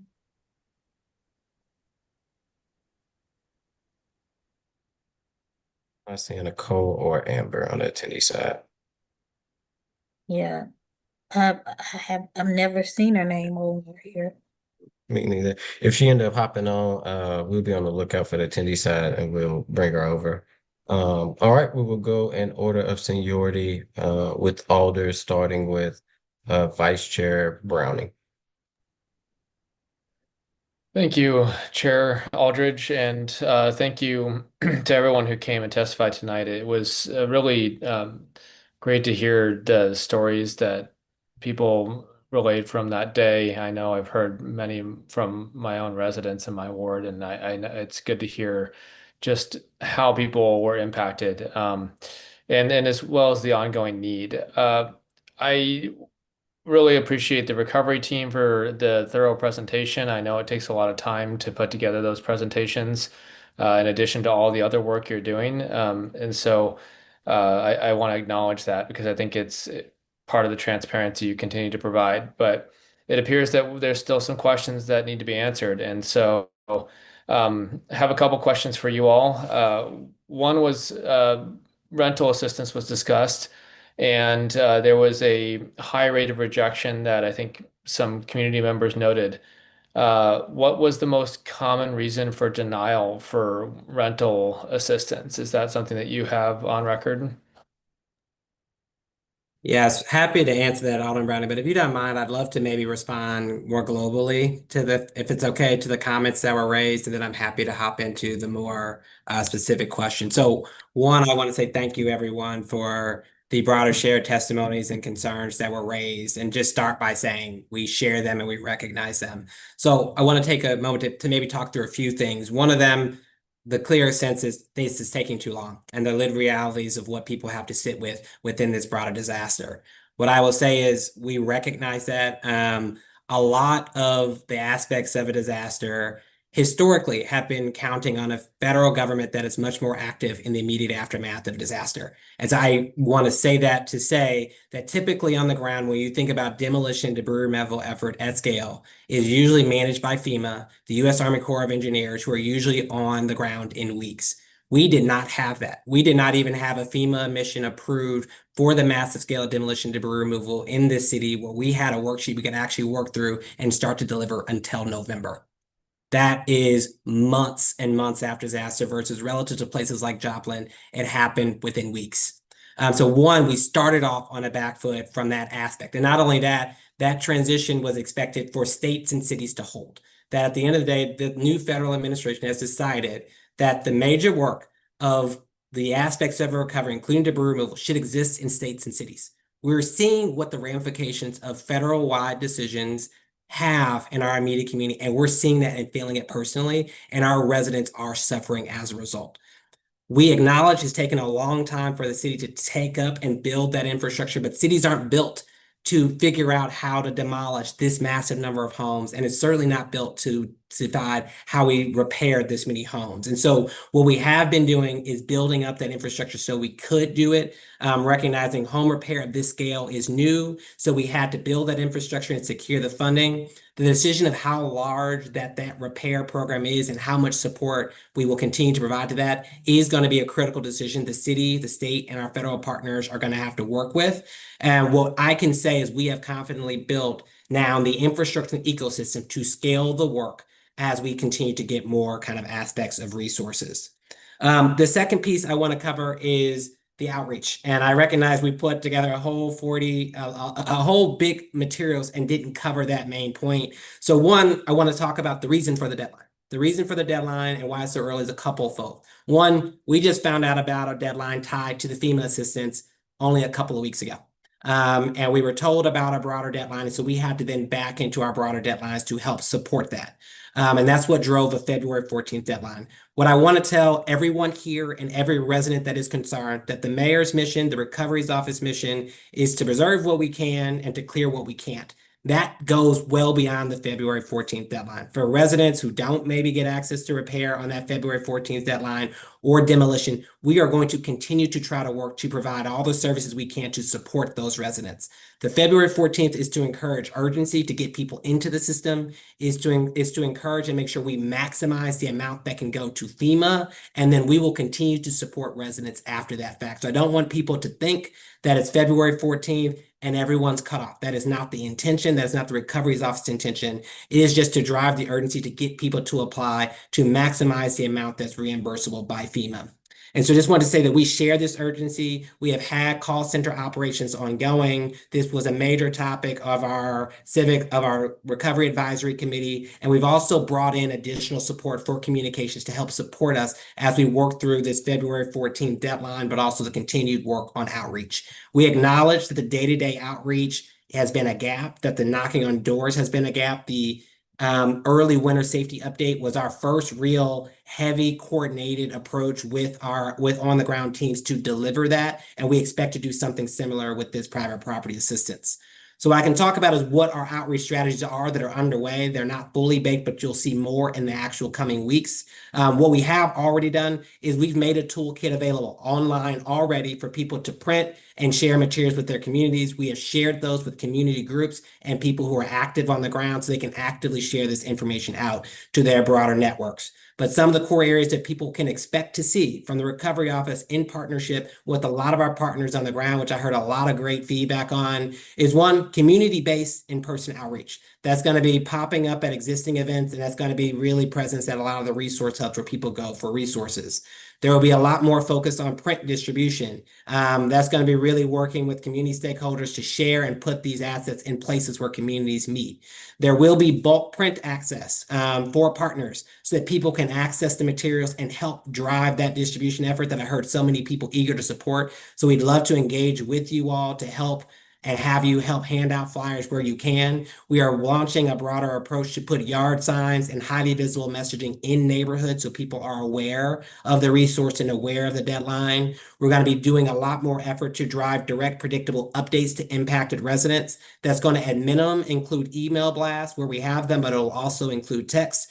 And then we recognize what people have said here, partner trusted messengers. The people on the ground who know these groups who have been there are the most valuable trusted messengers. So we're going to start working to continue to provide toolkit emails to those groups and faith-based organizations who are connected there. And then we'll continue to work through radio and offline media to get the word out. So we are, if I can send any signal, I do want to say the city is investing in this outreach effort. Our intention is to serve every single resident as we work through this. The one thing I do want to caveat, or at least say as we look at the private property assistance, that number that we're seeing of 5,000 properties reached does not mean all 5,000 need support. Many may have started repairs, have done that work that's not captured in this data. We're working to refine the people who've already done work so we can capture that. There is going to be a group that we have not reached, but I also want to acknowledge that 30% of properties in the tornado zone were vacant pre-tornado. So there's going to be at least 30% of those that we probably won't even see because they don't live here. They didn't live here during the tornado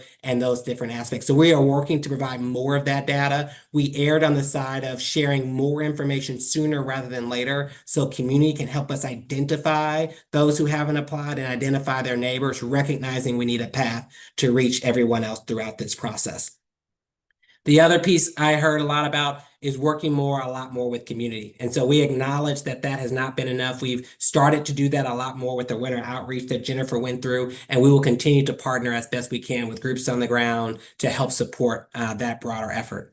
I want to acknowledge the large amount of support for 314 Oasis and even hearing Dr. Punch here talk. We're grateful for the work that Dr. Punch and his team are continuing to play in their critical role in this effort and filling needed gaps. We look forward as Recovery Office continuing to partner with them to help support their overall operations. And then last but not least, I want to just end with, I know there was a lot of conversations around the Rams settlement and where that goes and dollars going into additional investments. Ultimately, that decision is owned by the mayor in collaboration with the Board of Aldermen and the comptroller. Those meetings I know are happening on the ground. I know the mayor has been meeting with the various sets of alders to continue to push those conversations forward. The Recovery Office stands in support of our role, which is being to highlight the gaps that exist, to build the infrastructure so if additional funding comes, whether it be at the city, state, or federal level, we're able to process those dollars and then helping reveal what the gaps are to inform decision making. And so we're ready to work with the Board of Aldermen, the mayor, we'll continue to work with our mayor and the broader group to figure out what that next step looks like. So I wanted to get those higher level comments before responding to Alderman Brownie's question, which I think was specific to, I know it was something for Jennifer. But I'll hand it over to Jennifer to take that question.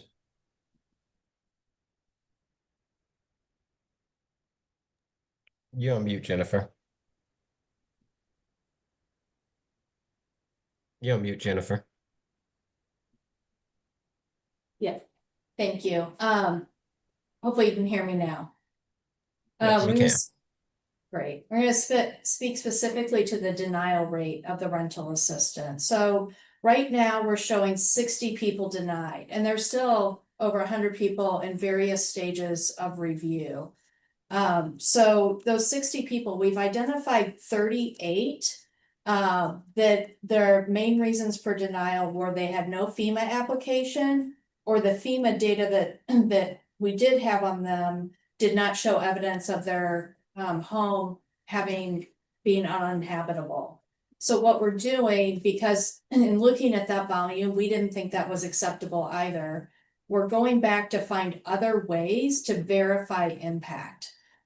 So working with other data sets that we have and the resident to identify other ways, again, to verify that impact. We started with an assumption that we could use the FEMA data to help do that quick verification. It is the fastest, it is the easiest, it is not sufficient for the residents who are seeking the support. And so again, we're expanding that flexibility to be able to provide that to folks. So that leaves us with another, 20 or so that so far have been denied for a variety of other reasons, which includes income above the AMI requirement for this program, which was 80% AMI, not being a resident of the city, and some other things like that.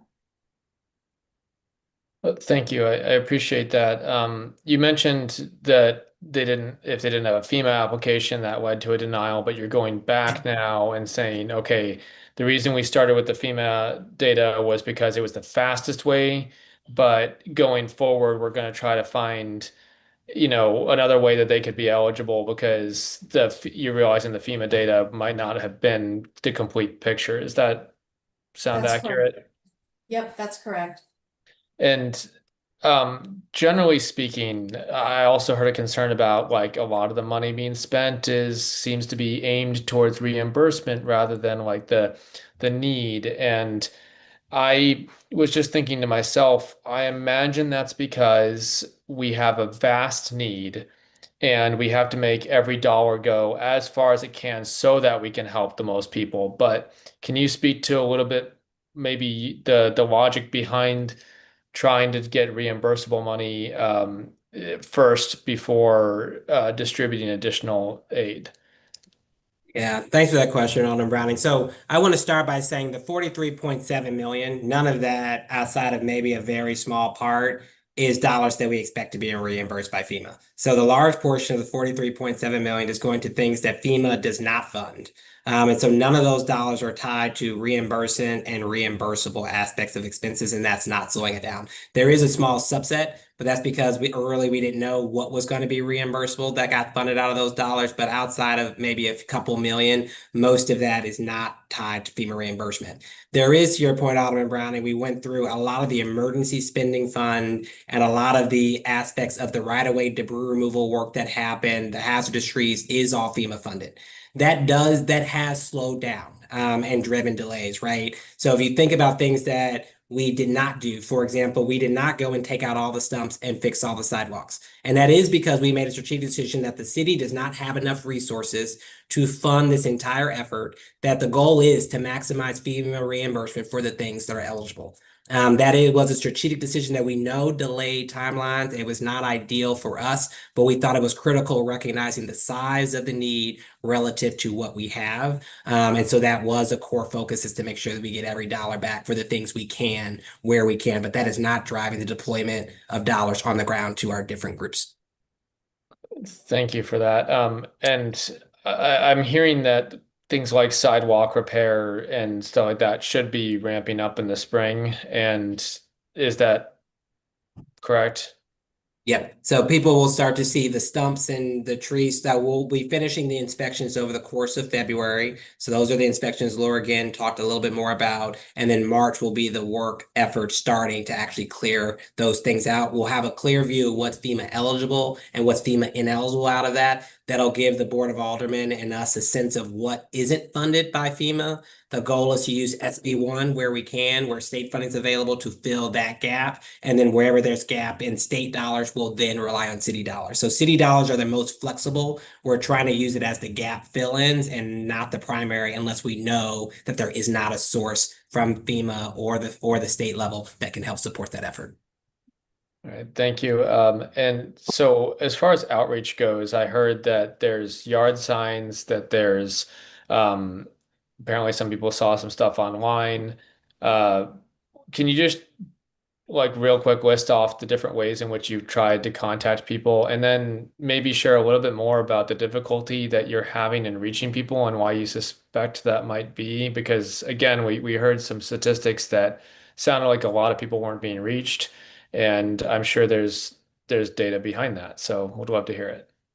Yeah, so a couple different things. So one, what we have been doing is the call center has been making direct outreach calls to folks to get them kind of ultimately to apply. So that has been a focus that's been ongoing. The effort is direct calls. We recognize that outreach at scale has not happened in a direct door-to-door. What we have done is we did that with the winter outreach where we worked with Action to knock on a lot of the 3,000 households to try to spread those, and we did the direct distribution of materials into those homes. The major issue is a lot of people may not be in their homes or in those core areas. They may not be watching the news, they may not be watching social media, and those are the groups that are really hard to reach. And so we're going to continue to try to do things like mailers and stuff to reach them. We are finding phone numbers for people where we can find them, whether that's from assessor data or taxpayer data, to try to make calls to everyone that we can. But the critical need is a lot of people aren't there. They've moved, their numbers have changed, their numbers are hard to find. So that is where we're asking community members and neighbors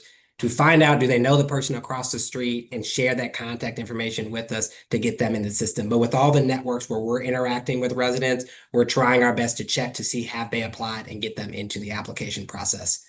I know Laura talked about a few of the core gaps that we're also having with that, which is common misbelief that the city's trying to take their land, that the city is trying to ultimately going to demolish their house, even if they want to repair. So what we need and what we recognize is only the people in the neighborhoods can share that different message and encourage people to apply. That's why our main partnerships have been with the groups on the ground, with community help workers, with the disaster case managers, mostly people who are from the neighborhoods, to try to make sure that message is at least coming from trusted partners and connected partners who can drive that encouragement to get ones through the pipeline.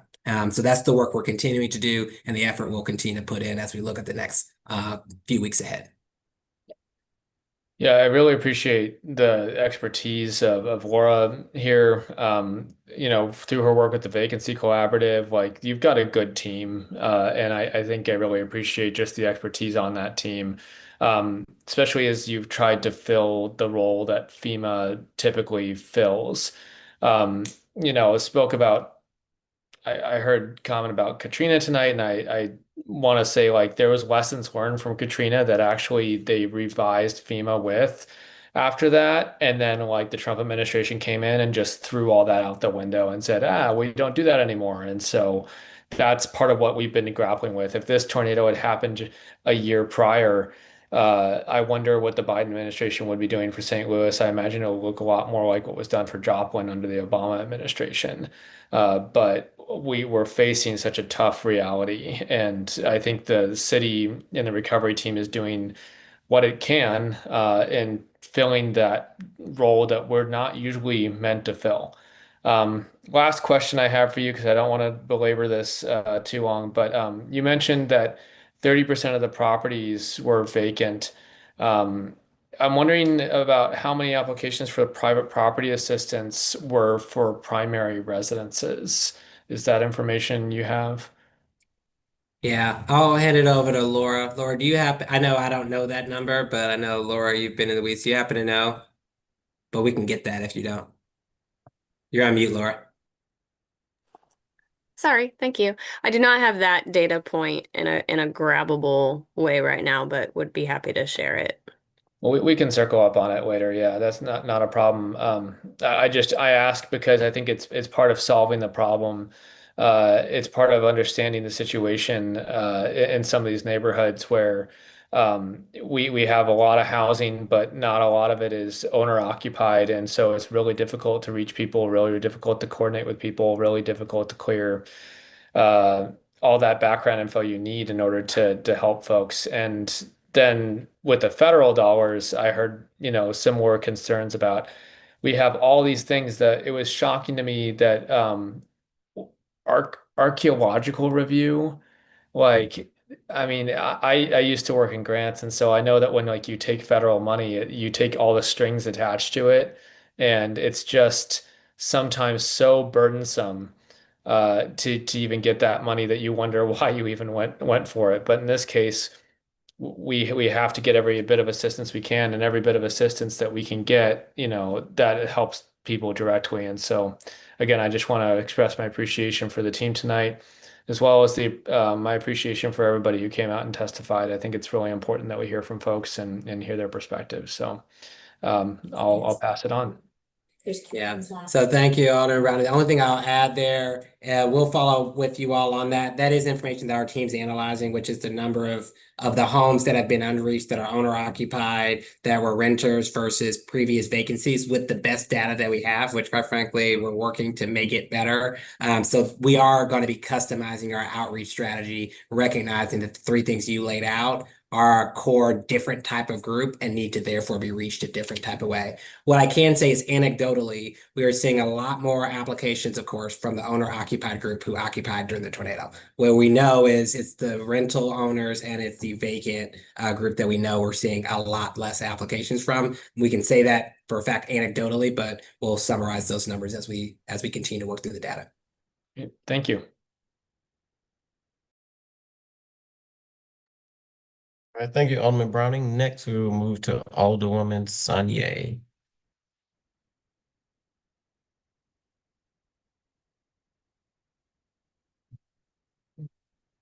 Alderwoman Sanye. Alderwoman Velasquez.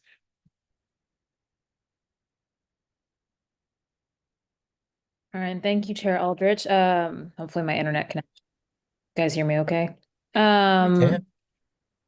Just a couple things. One, wanted to say thank you, first of all, to all the community members who came out today or dialed in, who spoke to us today. I'm going to keep it pretty short because I know we've had a lot of information to digest, but just wanted to, this is a very technical question, but we kept referring to the last FEMA reporting. Do you know when that was or how old that data is? Yeah, so Alderman Velasquez, so I think what you're referring to for the group is as we talked about the resident recovery and the 3,000 households and where they are, that was informed from FEMA data and informed our outreach. So that data, we get a regular update weekly on the latest status report, but we've all talked about how people have felt about FEMA. So many of them are not contacting FEMA to update it. So I think the last time we saw a major shift in those numbers was probably in about September or October when FEMA left the ground. So it was probably a best view of a static point in September. From that perspective, our outreach effort helped us get a better view of those. So I know Jennifer talked about this a little bit more, but a large portion of the people that we reached had already relocated, and we were able to confirm that they relocated. But we used that as our starting point because we knew that those were the people that if they hadn't found it then, they were least likely to have found it now as our outreach point. No, thanks for clarifying. I think that's important. I know that you've been talking a lot about, this group has been talking a lot about the accuracy of data, and right, it's hard to make decisions when you're operating from a lot of unknowns. So I'm going to keep it pretty brief here. My second question is I talked on it last time, so also I want to say thank you for getting some of those dashboards up. I know that's been, I think I've asked every committee meeting about public-facing dashboards, so I appreciate it. I know more than me, the community appreciates it. It kind of works with the question that we're operating from the data, though. But can we talk a little bit about what you're forecasting for the needs in the future? I mean, I think we saw a lot of more about there's a need for rental assistance, there's a need for recovery for people who are renters. Do we know how many of these folks intend on staying in either in their homes or are they going to, and are you doing kind of any forecasting at all pretty much on what it's going to look like based on where we are now in the next 6-8 months? So we'll be able to provide more information as we continue to kind of sort through the data. The way you can think about it, though, if you all want to start putting numbers around it, if we have about 1,700 applications for private property assistance, home repairs on average are averaging about 50 to 60,000 when you take in all-in costs per home, and demos, Laura, correct me if I'm wrong, they're averaging about 40,000.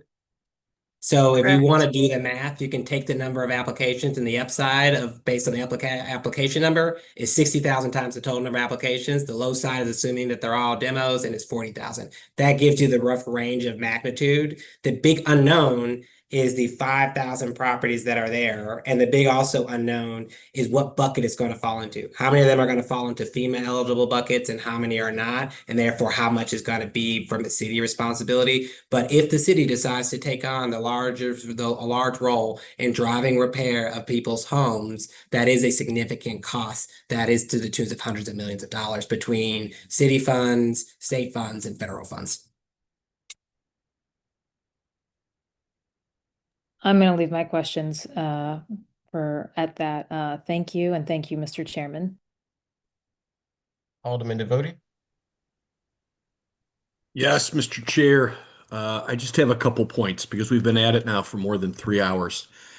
First off, Mr. Nix, Mr. Hill, and Ms. Jen, thank you very much. We, or at least I, truly appreciate your extremely detailed presentation tonight. I'm always impressed by the data you put in front of us. My only ask, and I know Jim, Mr. Hill, you addressed this in your presentation, we've got to have this more than a couple hours before the presentation. It's a tremendous amount of data. I think you had 38, 39 slides. Some we've seen before, others we haven't. Much has changed since the last time you appeared in front of us. Speaking from me, it's not practical. It just simply isn't to digest this in a handful of hours and even think about a handful of questions, pertinent questions to ask. That's got to improve. I think that would also help the community too, when the community comes to these events, if they're made possible. I know the chair said that. I'd echo that. The presentation in some form's got to be out there.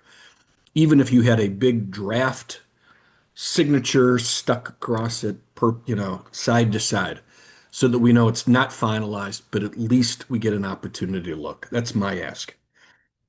As far as questions go, I think this past year I've sat on too many committees with Alderman Browning. He pretty much hit all of the highlights that I wanted to, and again, at this point, I would just be getting into the weeds, and everybody would want to knock me around. I think number 3, and I've got 4 statements to make here, so I'm nearing the end. I just do want to bring the committee and the community back to the agenda item tonight, which was to discuss the expenditure allocation and getting money out the door of the RAMS funds. If that's this, and this is my perspective, if that's the subject of this particular discussion, that's what we should be talking about. And again, maybe I blew the stats, but the numbers I'm looking at is the total sum appropriated is $43.7 million. 40.1 million has been through E&A. And I realize that not all of that has been spent, that the checks haven't been cut, but I think Jim Hill has explained in great detail the various categories and how we get there. If anything, and I'll say this again, I think the issue is what's the next step? Where do we go from here?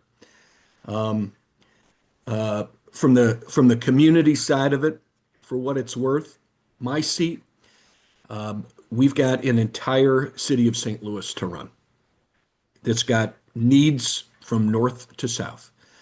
A good chunk of this money needs to be spent to help our north side neighbors, to assist with this recovery.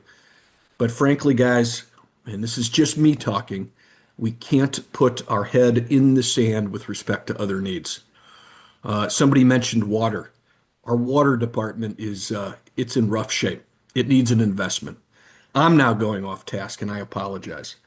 But I think, Mr. Chair, my thought is if these meetings are going to be directed at RAMS money, then that's what they need to be directed to. And I think that would keep us on point. I do understand the community needs to have an opportunity to speak and to be heard. I think that kind of a forum is very, very valuable, but perhaps it needs to be presented otherwise. to give us the opportunity to follow up on Mr. Nix and Mr. Hill and Ms. Jin's presentation so we can ask some really pointed questions, not at 9:16 p.m. when this hearing started at 6 p.m. That's my perspective. And finally, folks from the community that are still tuned in here, I understand your frustration. This is your opportunity to be heard. This is, I think, the 6th time this committee has gotten together. The stories that we have heard have been moving. I have gotten to know, not well, but know by sight and by name, folks like Michael McLemore. I've heard him speak in other settings. Wonderful, wonderful speaker, extremely capable of telling all of us what's going on in your neighborhoods.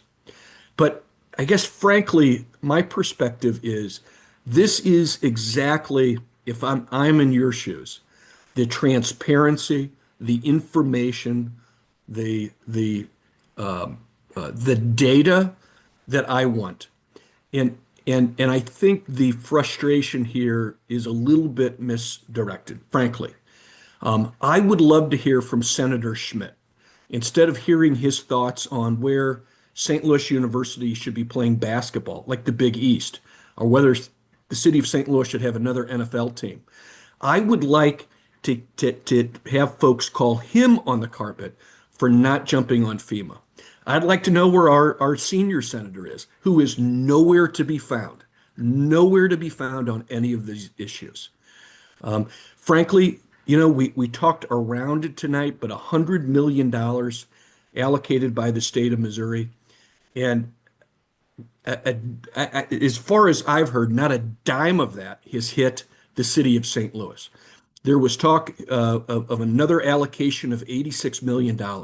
I understand your frustration, but again, out of this Rams money, 90+% of it has been contracted and is on its way out the door.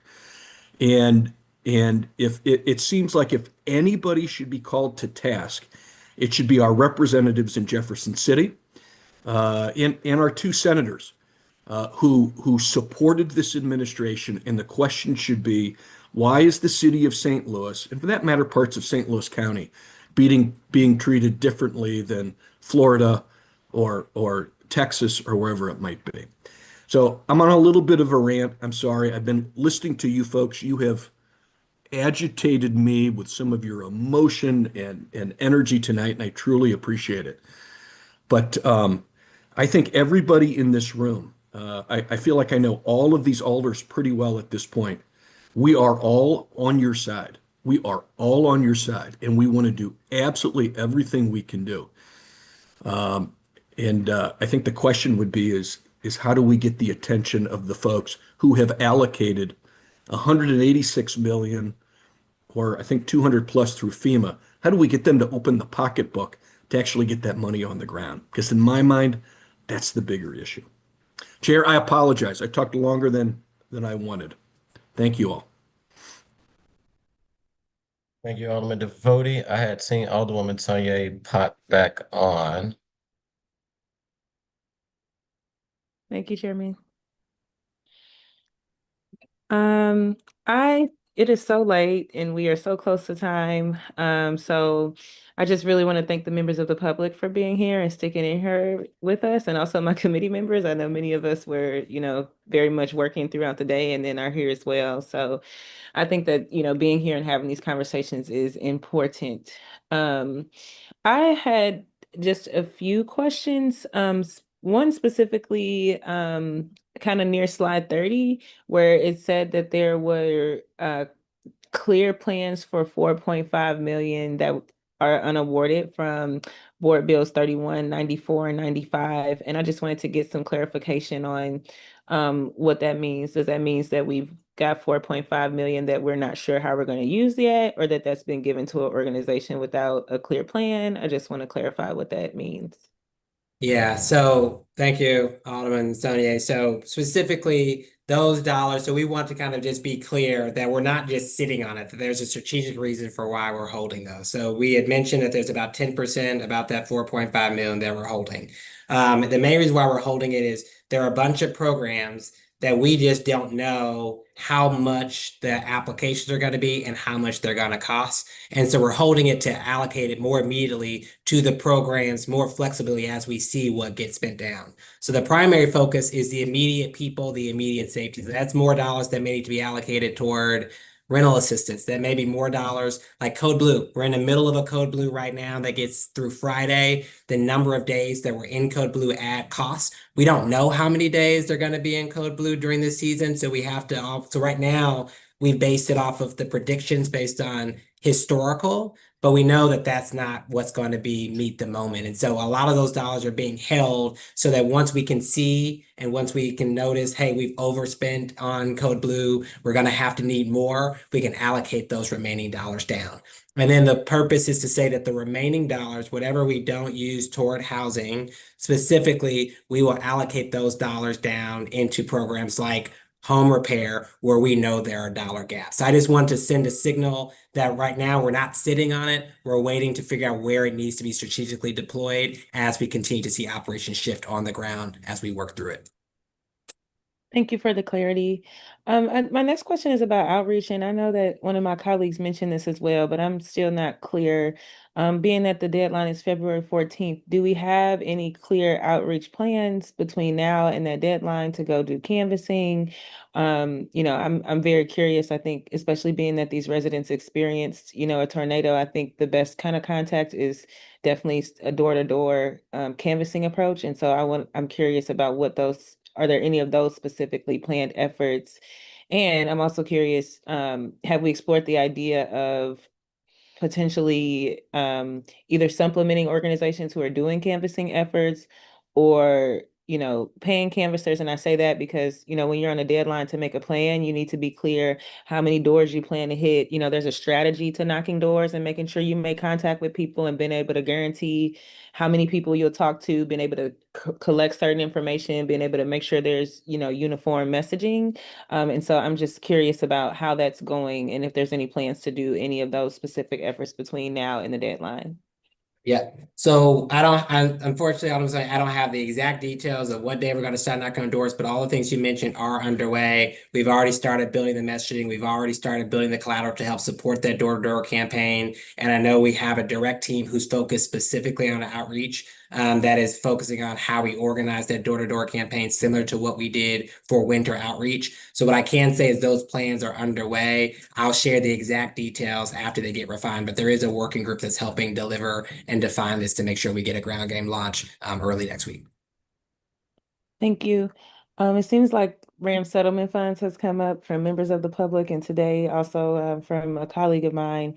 And so one of the things I'm curious about from you, Director Nix, is what, besides the funds that we've given, if there, have there been larger conversations about additional RAMS funds going to recovery efforts? What are your office's priorities in terms of the funds that are out there and that are available? Just overall, if there does seem like water was mentioned. So if we're having conversations about potentially giving money to water, I'm just curious about where your office is and where the mayor's office is on this. Yeah, so I won't speak directly kind of for the mayor on this broader conversation, but I know she's been in conversations and one-on-ones with all the Board of Alders to determine kind of top priorities for them as we work through it. I know that she wants to move in concert with the Board of Aldermen with a broader strategy and a broader plan. And she's talked about and consistently said publicly, so I'll say what she said publicly in every meeting, is she wants to see a significant portion of the RAM settlement go to North St. Louis and Tornado. But how we think about the diverse needs of the city, whether that be dollars tied to the North St. Louis, dollars tied to things like water infrastructure, that's ultimately going to be up to you all and the board. My goal is to just provide you all with the information to help make that decision. So what I will say is if we will have significant gaps in immediate funding toward repair if the city decides that that is a major area that they want to be and help support everyone who wants support for repair and to do that. Right now, we feel pretty good about debris and demolition. We feel pretty good that between the 100 million from the state and the 156 million for FEMA, right now, until we get to a view of eligibility, we don't see any major gaps in demolition and debris removal at the moment. And then there are other broader unmet needs that were mentioned on this call, like mental health services and those broader forms of support. We do need to do some work to actually figure out how to quantify it. So Jim talked a little bit about doing that more full unmet needs assessment to figure out how we start to even quantify the need of the human services gap, that when you're starting to talk about mental health, when you start talking about extremely vulnerable populations, that's a really tough thing to put a dollar figure on. And so that's what Jim was talking about when he talked about getting a group that can do an unmet needs assessment.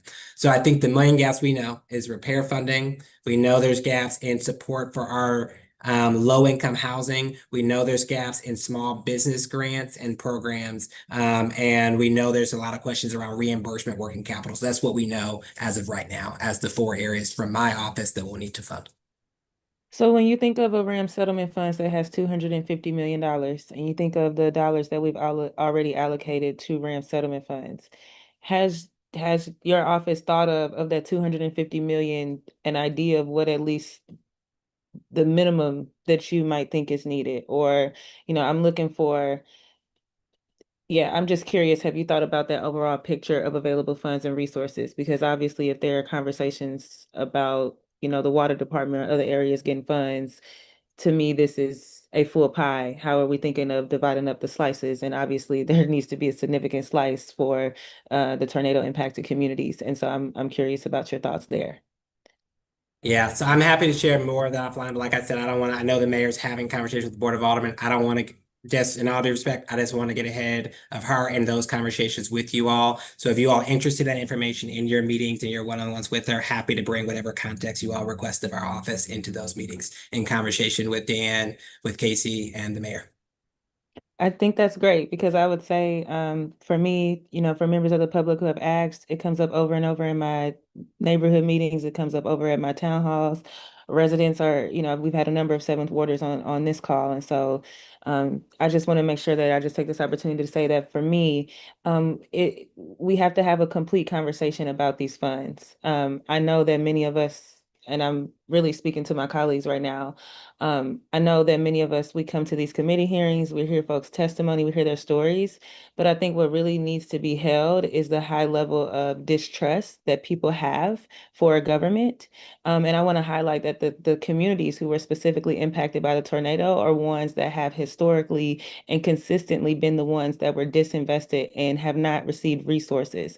And so I just want to raise a flag that if we were to have a conversation about funding one specific element in the city, but meanwhile, we don't have a complete picture to paint yet for tornado recovery. We don't know how much money that is, and we're not going to, talk about conversations of putting money there. We're having an incomplete conversation, in my opinion. Again, that's not to say that tornado impacted things are the only thing that RAM settlement funds should go to. I think when you're talking about what water and various other infrastructure needs, that has a citywide impact.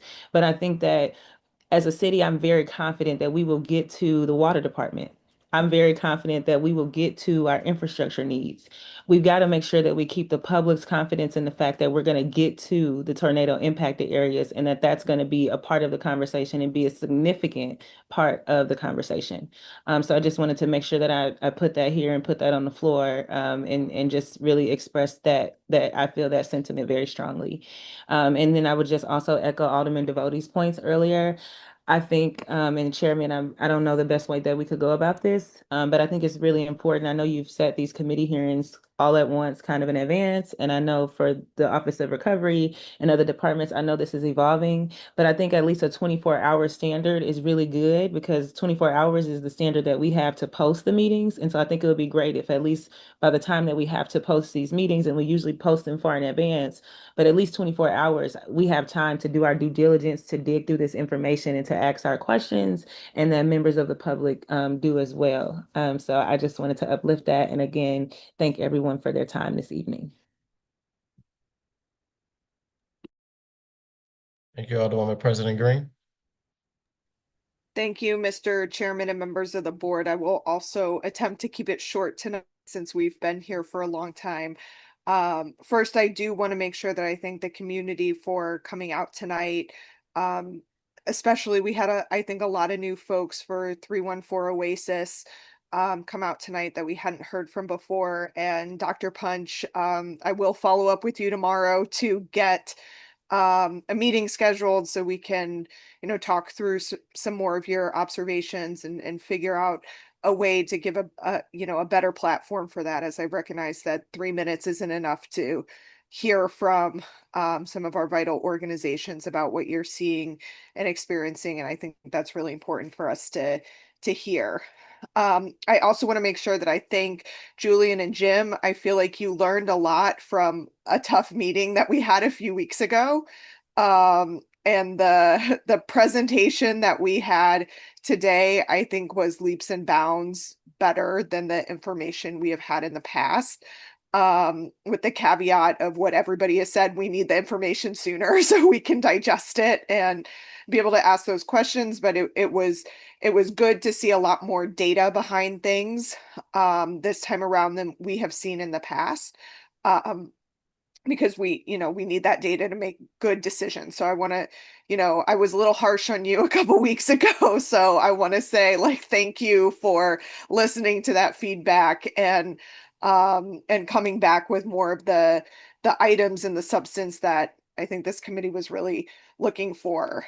Part of this conversation tonight, I also want to keep us focused on what's within our control. We all know the federal government has let us down. We all know the state has been much slower than anybody would like it to be. The thing that is in our locus of control are the RAMS funds and funding bills that have been passed so far, and any subsequent funding that comes from the city. We can control where that goes. We can control what that looks like. We can control what those what that is. And so I encourage us to keep our focus on what we can actually do, because there's a lot of things that we can't do, and there's a lot of places we can point fingers. And there's a lot of responsibility that we bear as well. I guess one of the questions I have for Julian is, we are quickly getting to the end of the funds that we have allocated. So what happens to your office and your work when that runs out? Because you're funded mostly through RAMS money. Yes. So that'll be larger scale. So we're funded through the fiscal year. So that'll be a part of the broader budget discussions, either through RAMS or through budget discussions to continue to fund the support of our broader kind of office. In terms of the 43.7 million in the total allocated. So of course, a lot of that has been contracted, but I think as Jim mentioned, a lot of that will be spent down over the course of the next few months. So right now we do not have an immediate issue in runway relative to the speed of which we can spend and the capacity that we have within our system. So for example, I'm just going to mention home repair. That's the biggest funding gap. We have enough to spend, and we have not moved at a speed that suggests we're going to spend that down in the next 2 to 3 months. I do think there's going to become a point where we will get the contract capacity moving fast enough that we will burn through those funds. So that'll be the first major fund where at some point, which will be the good scenario, is we are moving faster than the funding we can bring in. That has not been the case because we've been setting up the infrastructure, but that'll be the first major milestone that we'll hit, is a lack of funding to continue home repair program at scale. Okay, that is good to know. And then kind of along those lines, I think just echoing something that Alderwoman Velasquez asked for, I think that the needs forecasting would be is really important. And what kind of a goal that I would like to set for us is the last day to introduce a board bill at the Board of Aldermen is in 2 weeks, or roughly 2 weeks.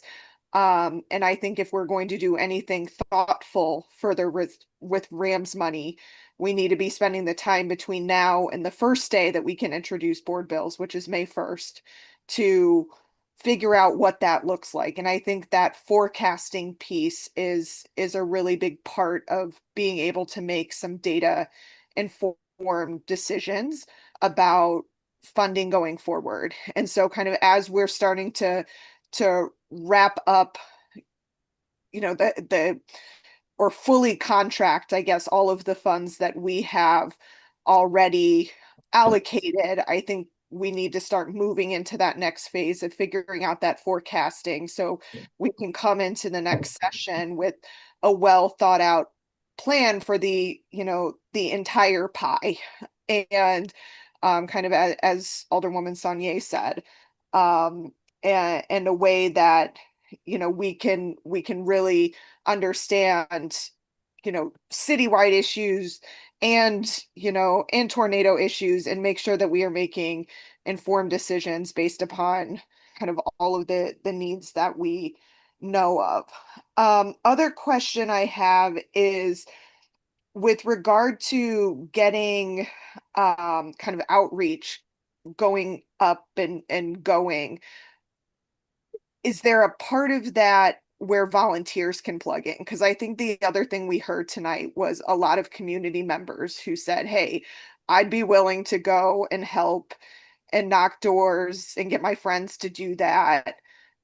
How do we plug that, you know, those folks and that energy in to helping to get out the word? Yeah. So President Green, that's the exact thing that we're trying to solve for, is that volunteers are great, but they need to be able to have, there's organizing capacity around that, which meant that's capacity in local groups who can help, and us being able to fund groups to help drive that organizing capacity. And that's the exact question we're working through, is how do we build that so that when we do, we can actually do systemic door knocking. We can actually track what we're hearing and get that field results back in. And that's exactly the design that we're going under right now. So we are planning that, but I'll have more to share after my team comes back with what that solution looks like. I know they were meeting today to talk about this in depth, and I don't have the latest briefing for where they're coming back. Okay. If there's anything I can do to help with that, you know, you have me, and, you know, because kind of hearing, you know, I think one of the other sort of themes that I think resonated with me tonight is we have sort of this dilemma between impact or intent versus impact, right? Our intent is to reach every resident and make sure that every resident who qualifies for whatever program gets every program that they possibly can. But we're not seeing the actual impact reflect what our intent is right now. And so how do we, and I think that organizing capacity, the more that we can build that up through community relationships, through neighborhood relationships, through, you know, volunteers, whatever, that is going to help us, especially going into this, what is going to be a sprint for a little bit, to get the word out. So you have me to help in any way with that. So, but I think that's pretty much the conclusion of all of the kind of comments I have for tonight. But do want to just thank you for listening to a lot of our critiques from last month and taking it to heart, and coming with much more data for us to synthesize that will help us, I think, in driving some future decision making. Thank you. Thank you, President Green. Me being last.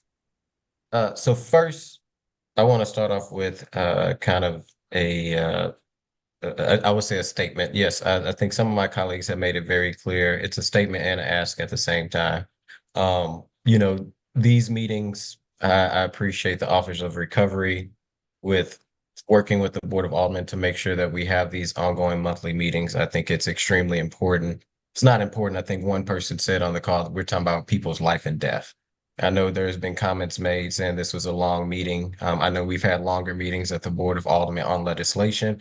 We're talking about how do we get money out the door to help a part of the ward that right now in the middle of a snowstorm had nowhere to go.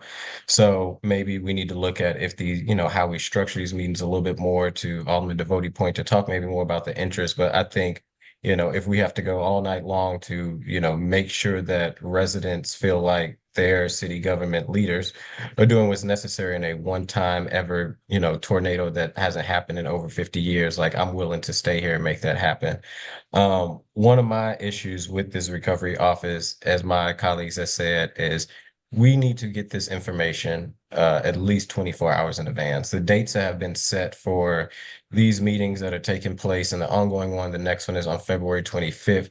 These dates were in coordination with myself and the Office of Recovery so that it was laid out in time in respect of not only the Board of Aldermen, but also in the respect of the work that you guys are doing at the Recovery Office.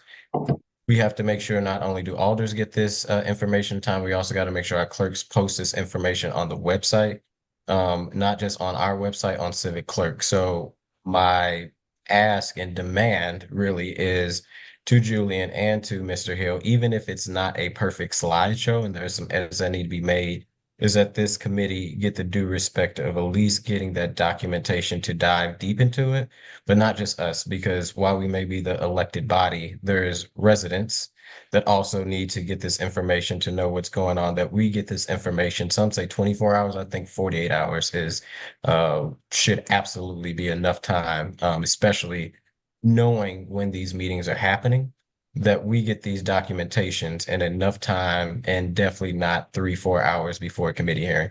If that were to happen again, we're gonna have to have like a serious conversation with the Recovery Office and the Mayor's Office to figure out why this is going on, because it does give a sign of a little bit of a disrespect that we can't digest information to have adequate educational conversations on what is going on. So Mr. Nix and Mr. Hill, can we get a commitment that February 25th, the Budget Committee, the Board of Aldermen, and the public will be getting these documents at least 24 hours in advance? Yes, we'll do much better. And look, I want to acknowledge a couple of things too, right? One, President Green, thank you for the comments around the need for a lot more data or information. I want to acknowledge a couple of things, and I'm not trying to make excuses, but there's been 20 days since the last meeting. This is a significant amount of new data, new information that it took to process. And when we add that to the fact that we had a Code Blue this weekend, that my team was extremely activated toward trying to make sure we did do the thing that you mentioned, Alderman Aldridge, which is life safety, getting people to hotels and coordinate that effort, that did drive delays while we're also trying to build new data systems. So what I can commit to is we'll continue to get information out sooner. We will make sure that no matter what, we can send things like financials or where we have it, but the data significantly changed in the last 24 to 48 hours as we brought new people, new teams on, new dashboards on, and new data reports to do that. And the presentation would have not had 70% of this information if we sent it even as early as kind of midday yesterday. So I do want to acknowledge that now that we've built these set of materials and we have this set of information, it's going to be a lot easier to update and report. So I want to continue to have those conversations.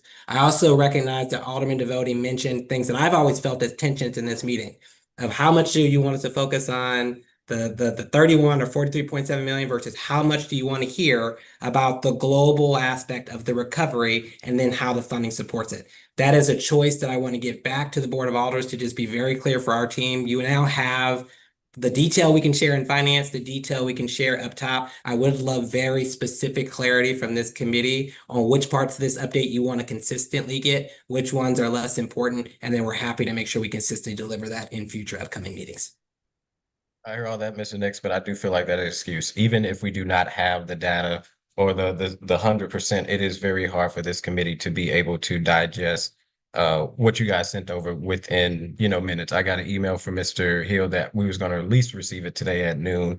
We received it, roughly around 3 or 4. So I get everyone is, stretched thin, but we need to be able to get this at least 24 hours in advance. And if it's not a full project or it's not the full presentation, again, we as the board, being the most transparent body, I think, in city government, have to put this information up online from our clerks. The clerks have to get this information in certain systems in a certain amount of time. So I hear that, Code Blue, I totally hear you, but no, we got to have this sooner. Like, even outside of Code Blue, this isn't the first time this has happened where we didn't get the presentations when it was actually warmer outside, when there was no Code Blue.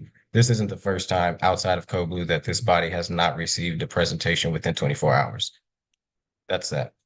Going to the actual the Rams interest, because one thing that I agree with the president on is that, we can't wait to figure out what's going to happen with the federal government. We damn sure can't figure out what's going to happen with state government. We've been hearing the 100 million is going to happen. I believe your office is working very closely with these different government agencies to figure it out. But what we do know is there is things that we could do here from the city of St. Louis. And last meeting, Alderman Devotie did a really good job of digesting, or I think somebody said interrogating. He is a lawyer. Those numbers, and he continues to, I think his comments today was spot on. He continues to, I think, look at these in a kind of holistic approach. Right now, when it comes to Rams interest, let's not tie the other bills. Right now, when it just comes to Board Bill 30, the bill that the Board of Aldermen passed, the interest of 30 million, I know that there's only a certain amount spent, but how much has been allocated, contracted, where we know, or you could tell me a percentage of out of that 30, how much is in that pot? Like, what is the percentage left in that pot?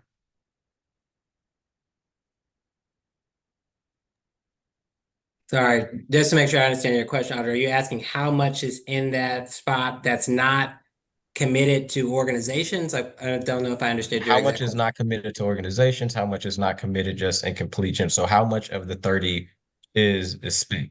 Not necessarily spent out the door, because I think him and Alderman Devotie and Jim had a very good conversation last time of how much was committed, how much was allocated. I think it was roughly about 28, right? 28 something million that has been allocated, been going through ENA. How much of that out of the $30 million, and maybe Mr. Hill can answer this question, how much of that $30 million is gone out of the Rams interest money that the Board of Aldermen has allocated? Gone as in spent, or gone as in? Gone as in committed. There's already ideas for contracts. Oh, we know our will- process in city government moves slow, but like it's went through ENA. It is going to be going to something very soon. We have awarded 27.9 million, and there's 2.1 left. 24.8 of the 27.9 is contracted, and you will start to see that money accelerate in its deployment.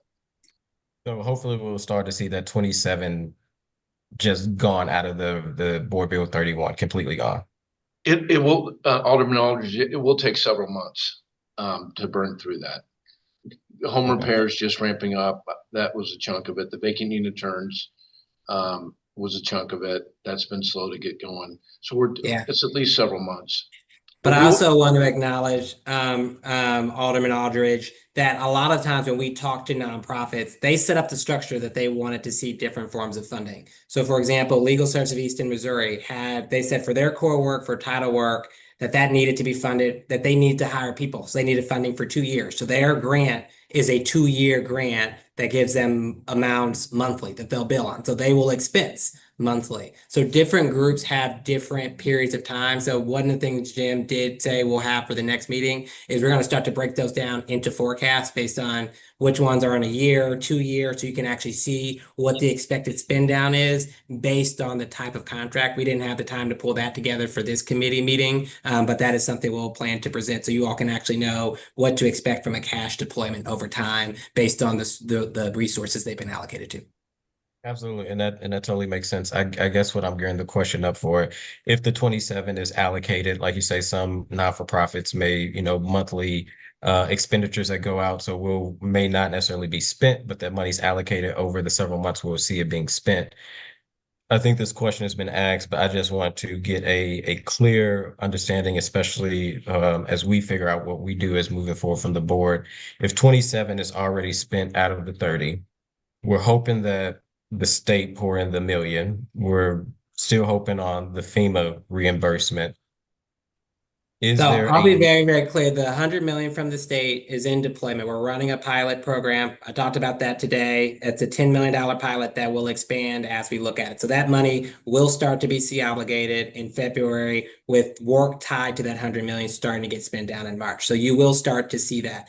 The 156 million, we'll start to see that in March as well. The state has started hiring their contractor. They'll have that official decision mid-February. That group will be on the ground. So we'll also start to see the 156 million get spent down for eligible costs. We do have large concerns that there's not enough eligible expenses to spend down that full amount. We're trying to still figure out what's eligible with FEMA, so we'll have more context on that. But I just want to be clear that the state and federal dollars do now have a very clear path to spend down, and those will start getting spent down in March. I'm glad you jumped in. So let's get to the local dollars in.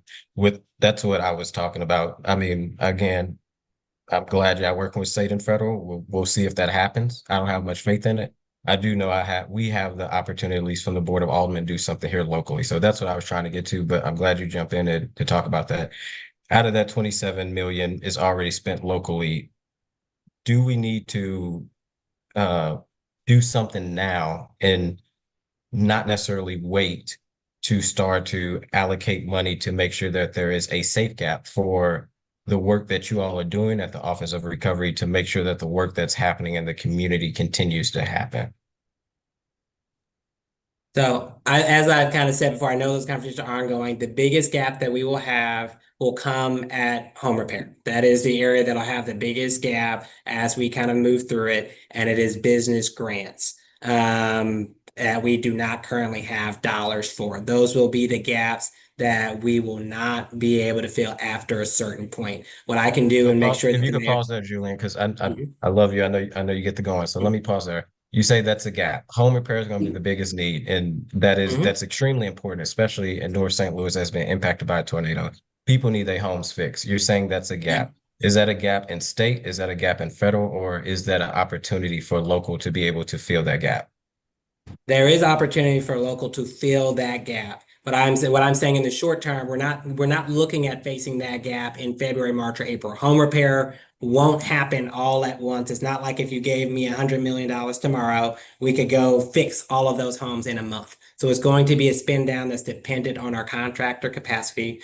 So we're not looking at right now at running out of repair dollars in the next 2 to 3 to 4 months. We're working on an exact spend down of what that's going to look like, and we'll have more of that information to share that we can share with the alders around when we do expect to run into a gap specifically for repair dollars as we look at this longer term projection. And outside of home repair, do you see the Office of Recovery having further gaps? If it's the rental turns, that is, in my opinion, I think it's taken a little bit of time to actually turn over and actually happen. You know, we've been needing these rental turns to happen a long time ago as we're into winter.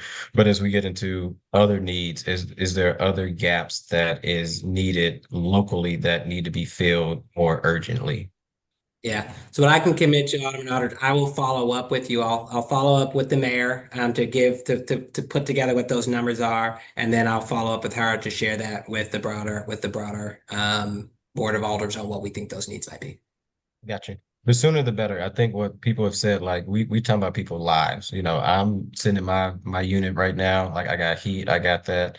I'm sure some of us maybe sit in offices or our homes right now, like we have that. And there is literally people right now who do not have the will to be able to know if their home is going to be repaired. So while we are having these conversations and we hear it all the time, I'll get back with you. We need to, like, I get back with you in 24 hours so we can figure this out as a whole, so that the board and the mayor's administration and whatever other departments, like we working together to deliver results. Because when we get off the Zoom and we lay our heads down on our pillows, there will be some people that do not have that. So to get back to it should be like immediately to figure out what are the next steps. Like, do we need to move this session? I think May may be a little too late, but if we need to move in May, that's what we need to do. But we also need to, as alders, be able to communicate that back to the people that are asking, like, what is next? And not just, I'll get back to you. Yeah. Alderman Aldridge, completely understand. I know you met with the mayor a few days ago around kind of broader aspects of it. What I can commit to is we'll get that. I will say this, our office has a bunch of different committing priorities. So, right, getting back on certain things for 24 hours means something else doesn't happen. So what I can say is we will do our work to get some of that initial information over to you all, and we'll work through the mayor to kind of get that to you all soon. Yes, and I But I can't commit to a date before talking to her.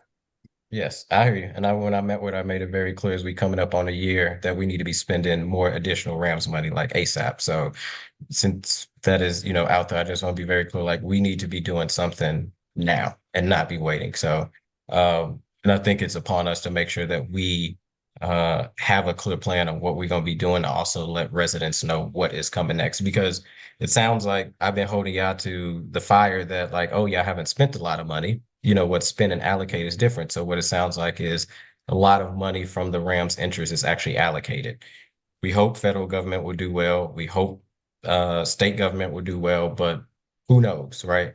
And if we got an opportunity to do something now, for the first time, I'm like kind of saying we need to figure out how do we support the recovery office with using these funds to help areas that need the help the most, which is North St. Louis, which is a tornado impacted area that's been needing that help way before the tornado. So we want to help you. So help me help you by giving me that information sooner than later.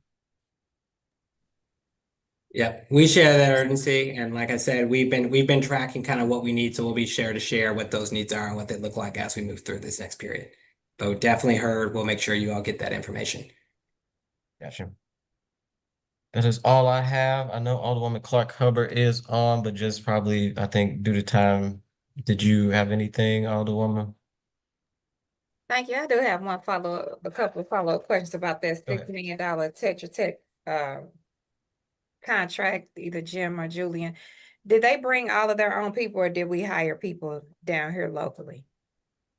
A lot of their work, so the ROE, so a lot of that's doing the ROE HSA inspection work. They hire locally for a lot of those roles. So a lot of the people, for example, the ones that are residents experience in the outreach center, the local inspectors that may be doing on the work on the ground are locally hired where they can be. It's cheaper for them and better for them, and it's better for us. They're hiring locally where they can and bringing in their broader national team for the things that they need to. But they do hire a decent part. I don't have the exact amount of what percentage of their staff is local versus not, but a significant portion is local.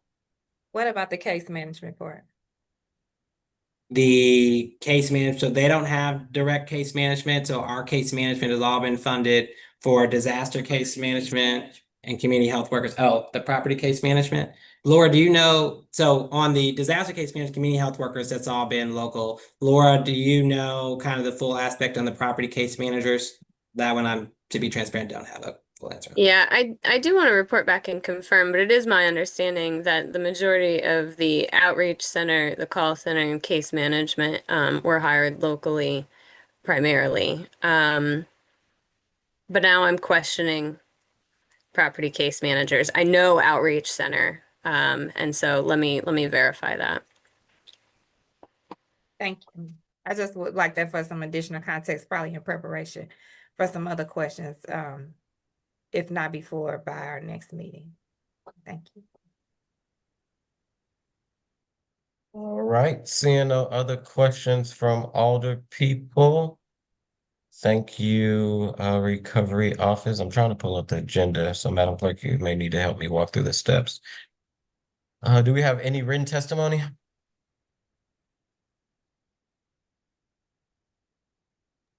We have none. All right, any announcements from committee members? I just want to make an announcement. Our next meeting will be February the 25th. God willing, there'll be no snow, so we can meet in person. If so, it will be at the Board of Aldermen in the Kennedy Room at 6 o'clock. If there is anything that weather permits, we will definitely make sure that the community is aware about that ahead of time. But our next meeting for Rams discussion around the Rams interest will be February 25th at 6 p.m. Seeing no other announcements from committee members, I'll take a motion to adjourn. I move that we adjourn. Second. It was moved by the alderman from the 9th, seconded by the president. All in favor say aye. Aye. Aye. Opposed? Motion carries. Everyone have a good night. Thank you.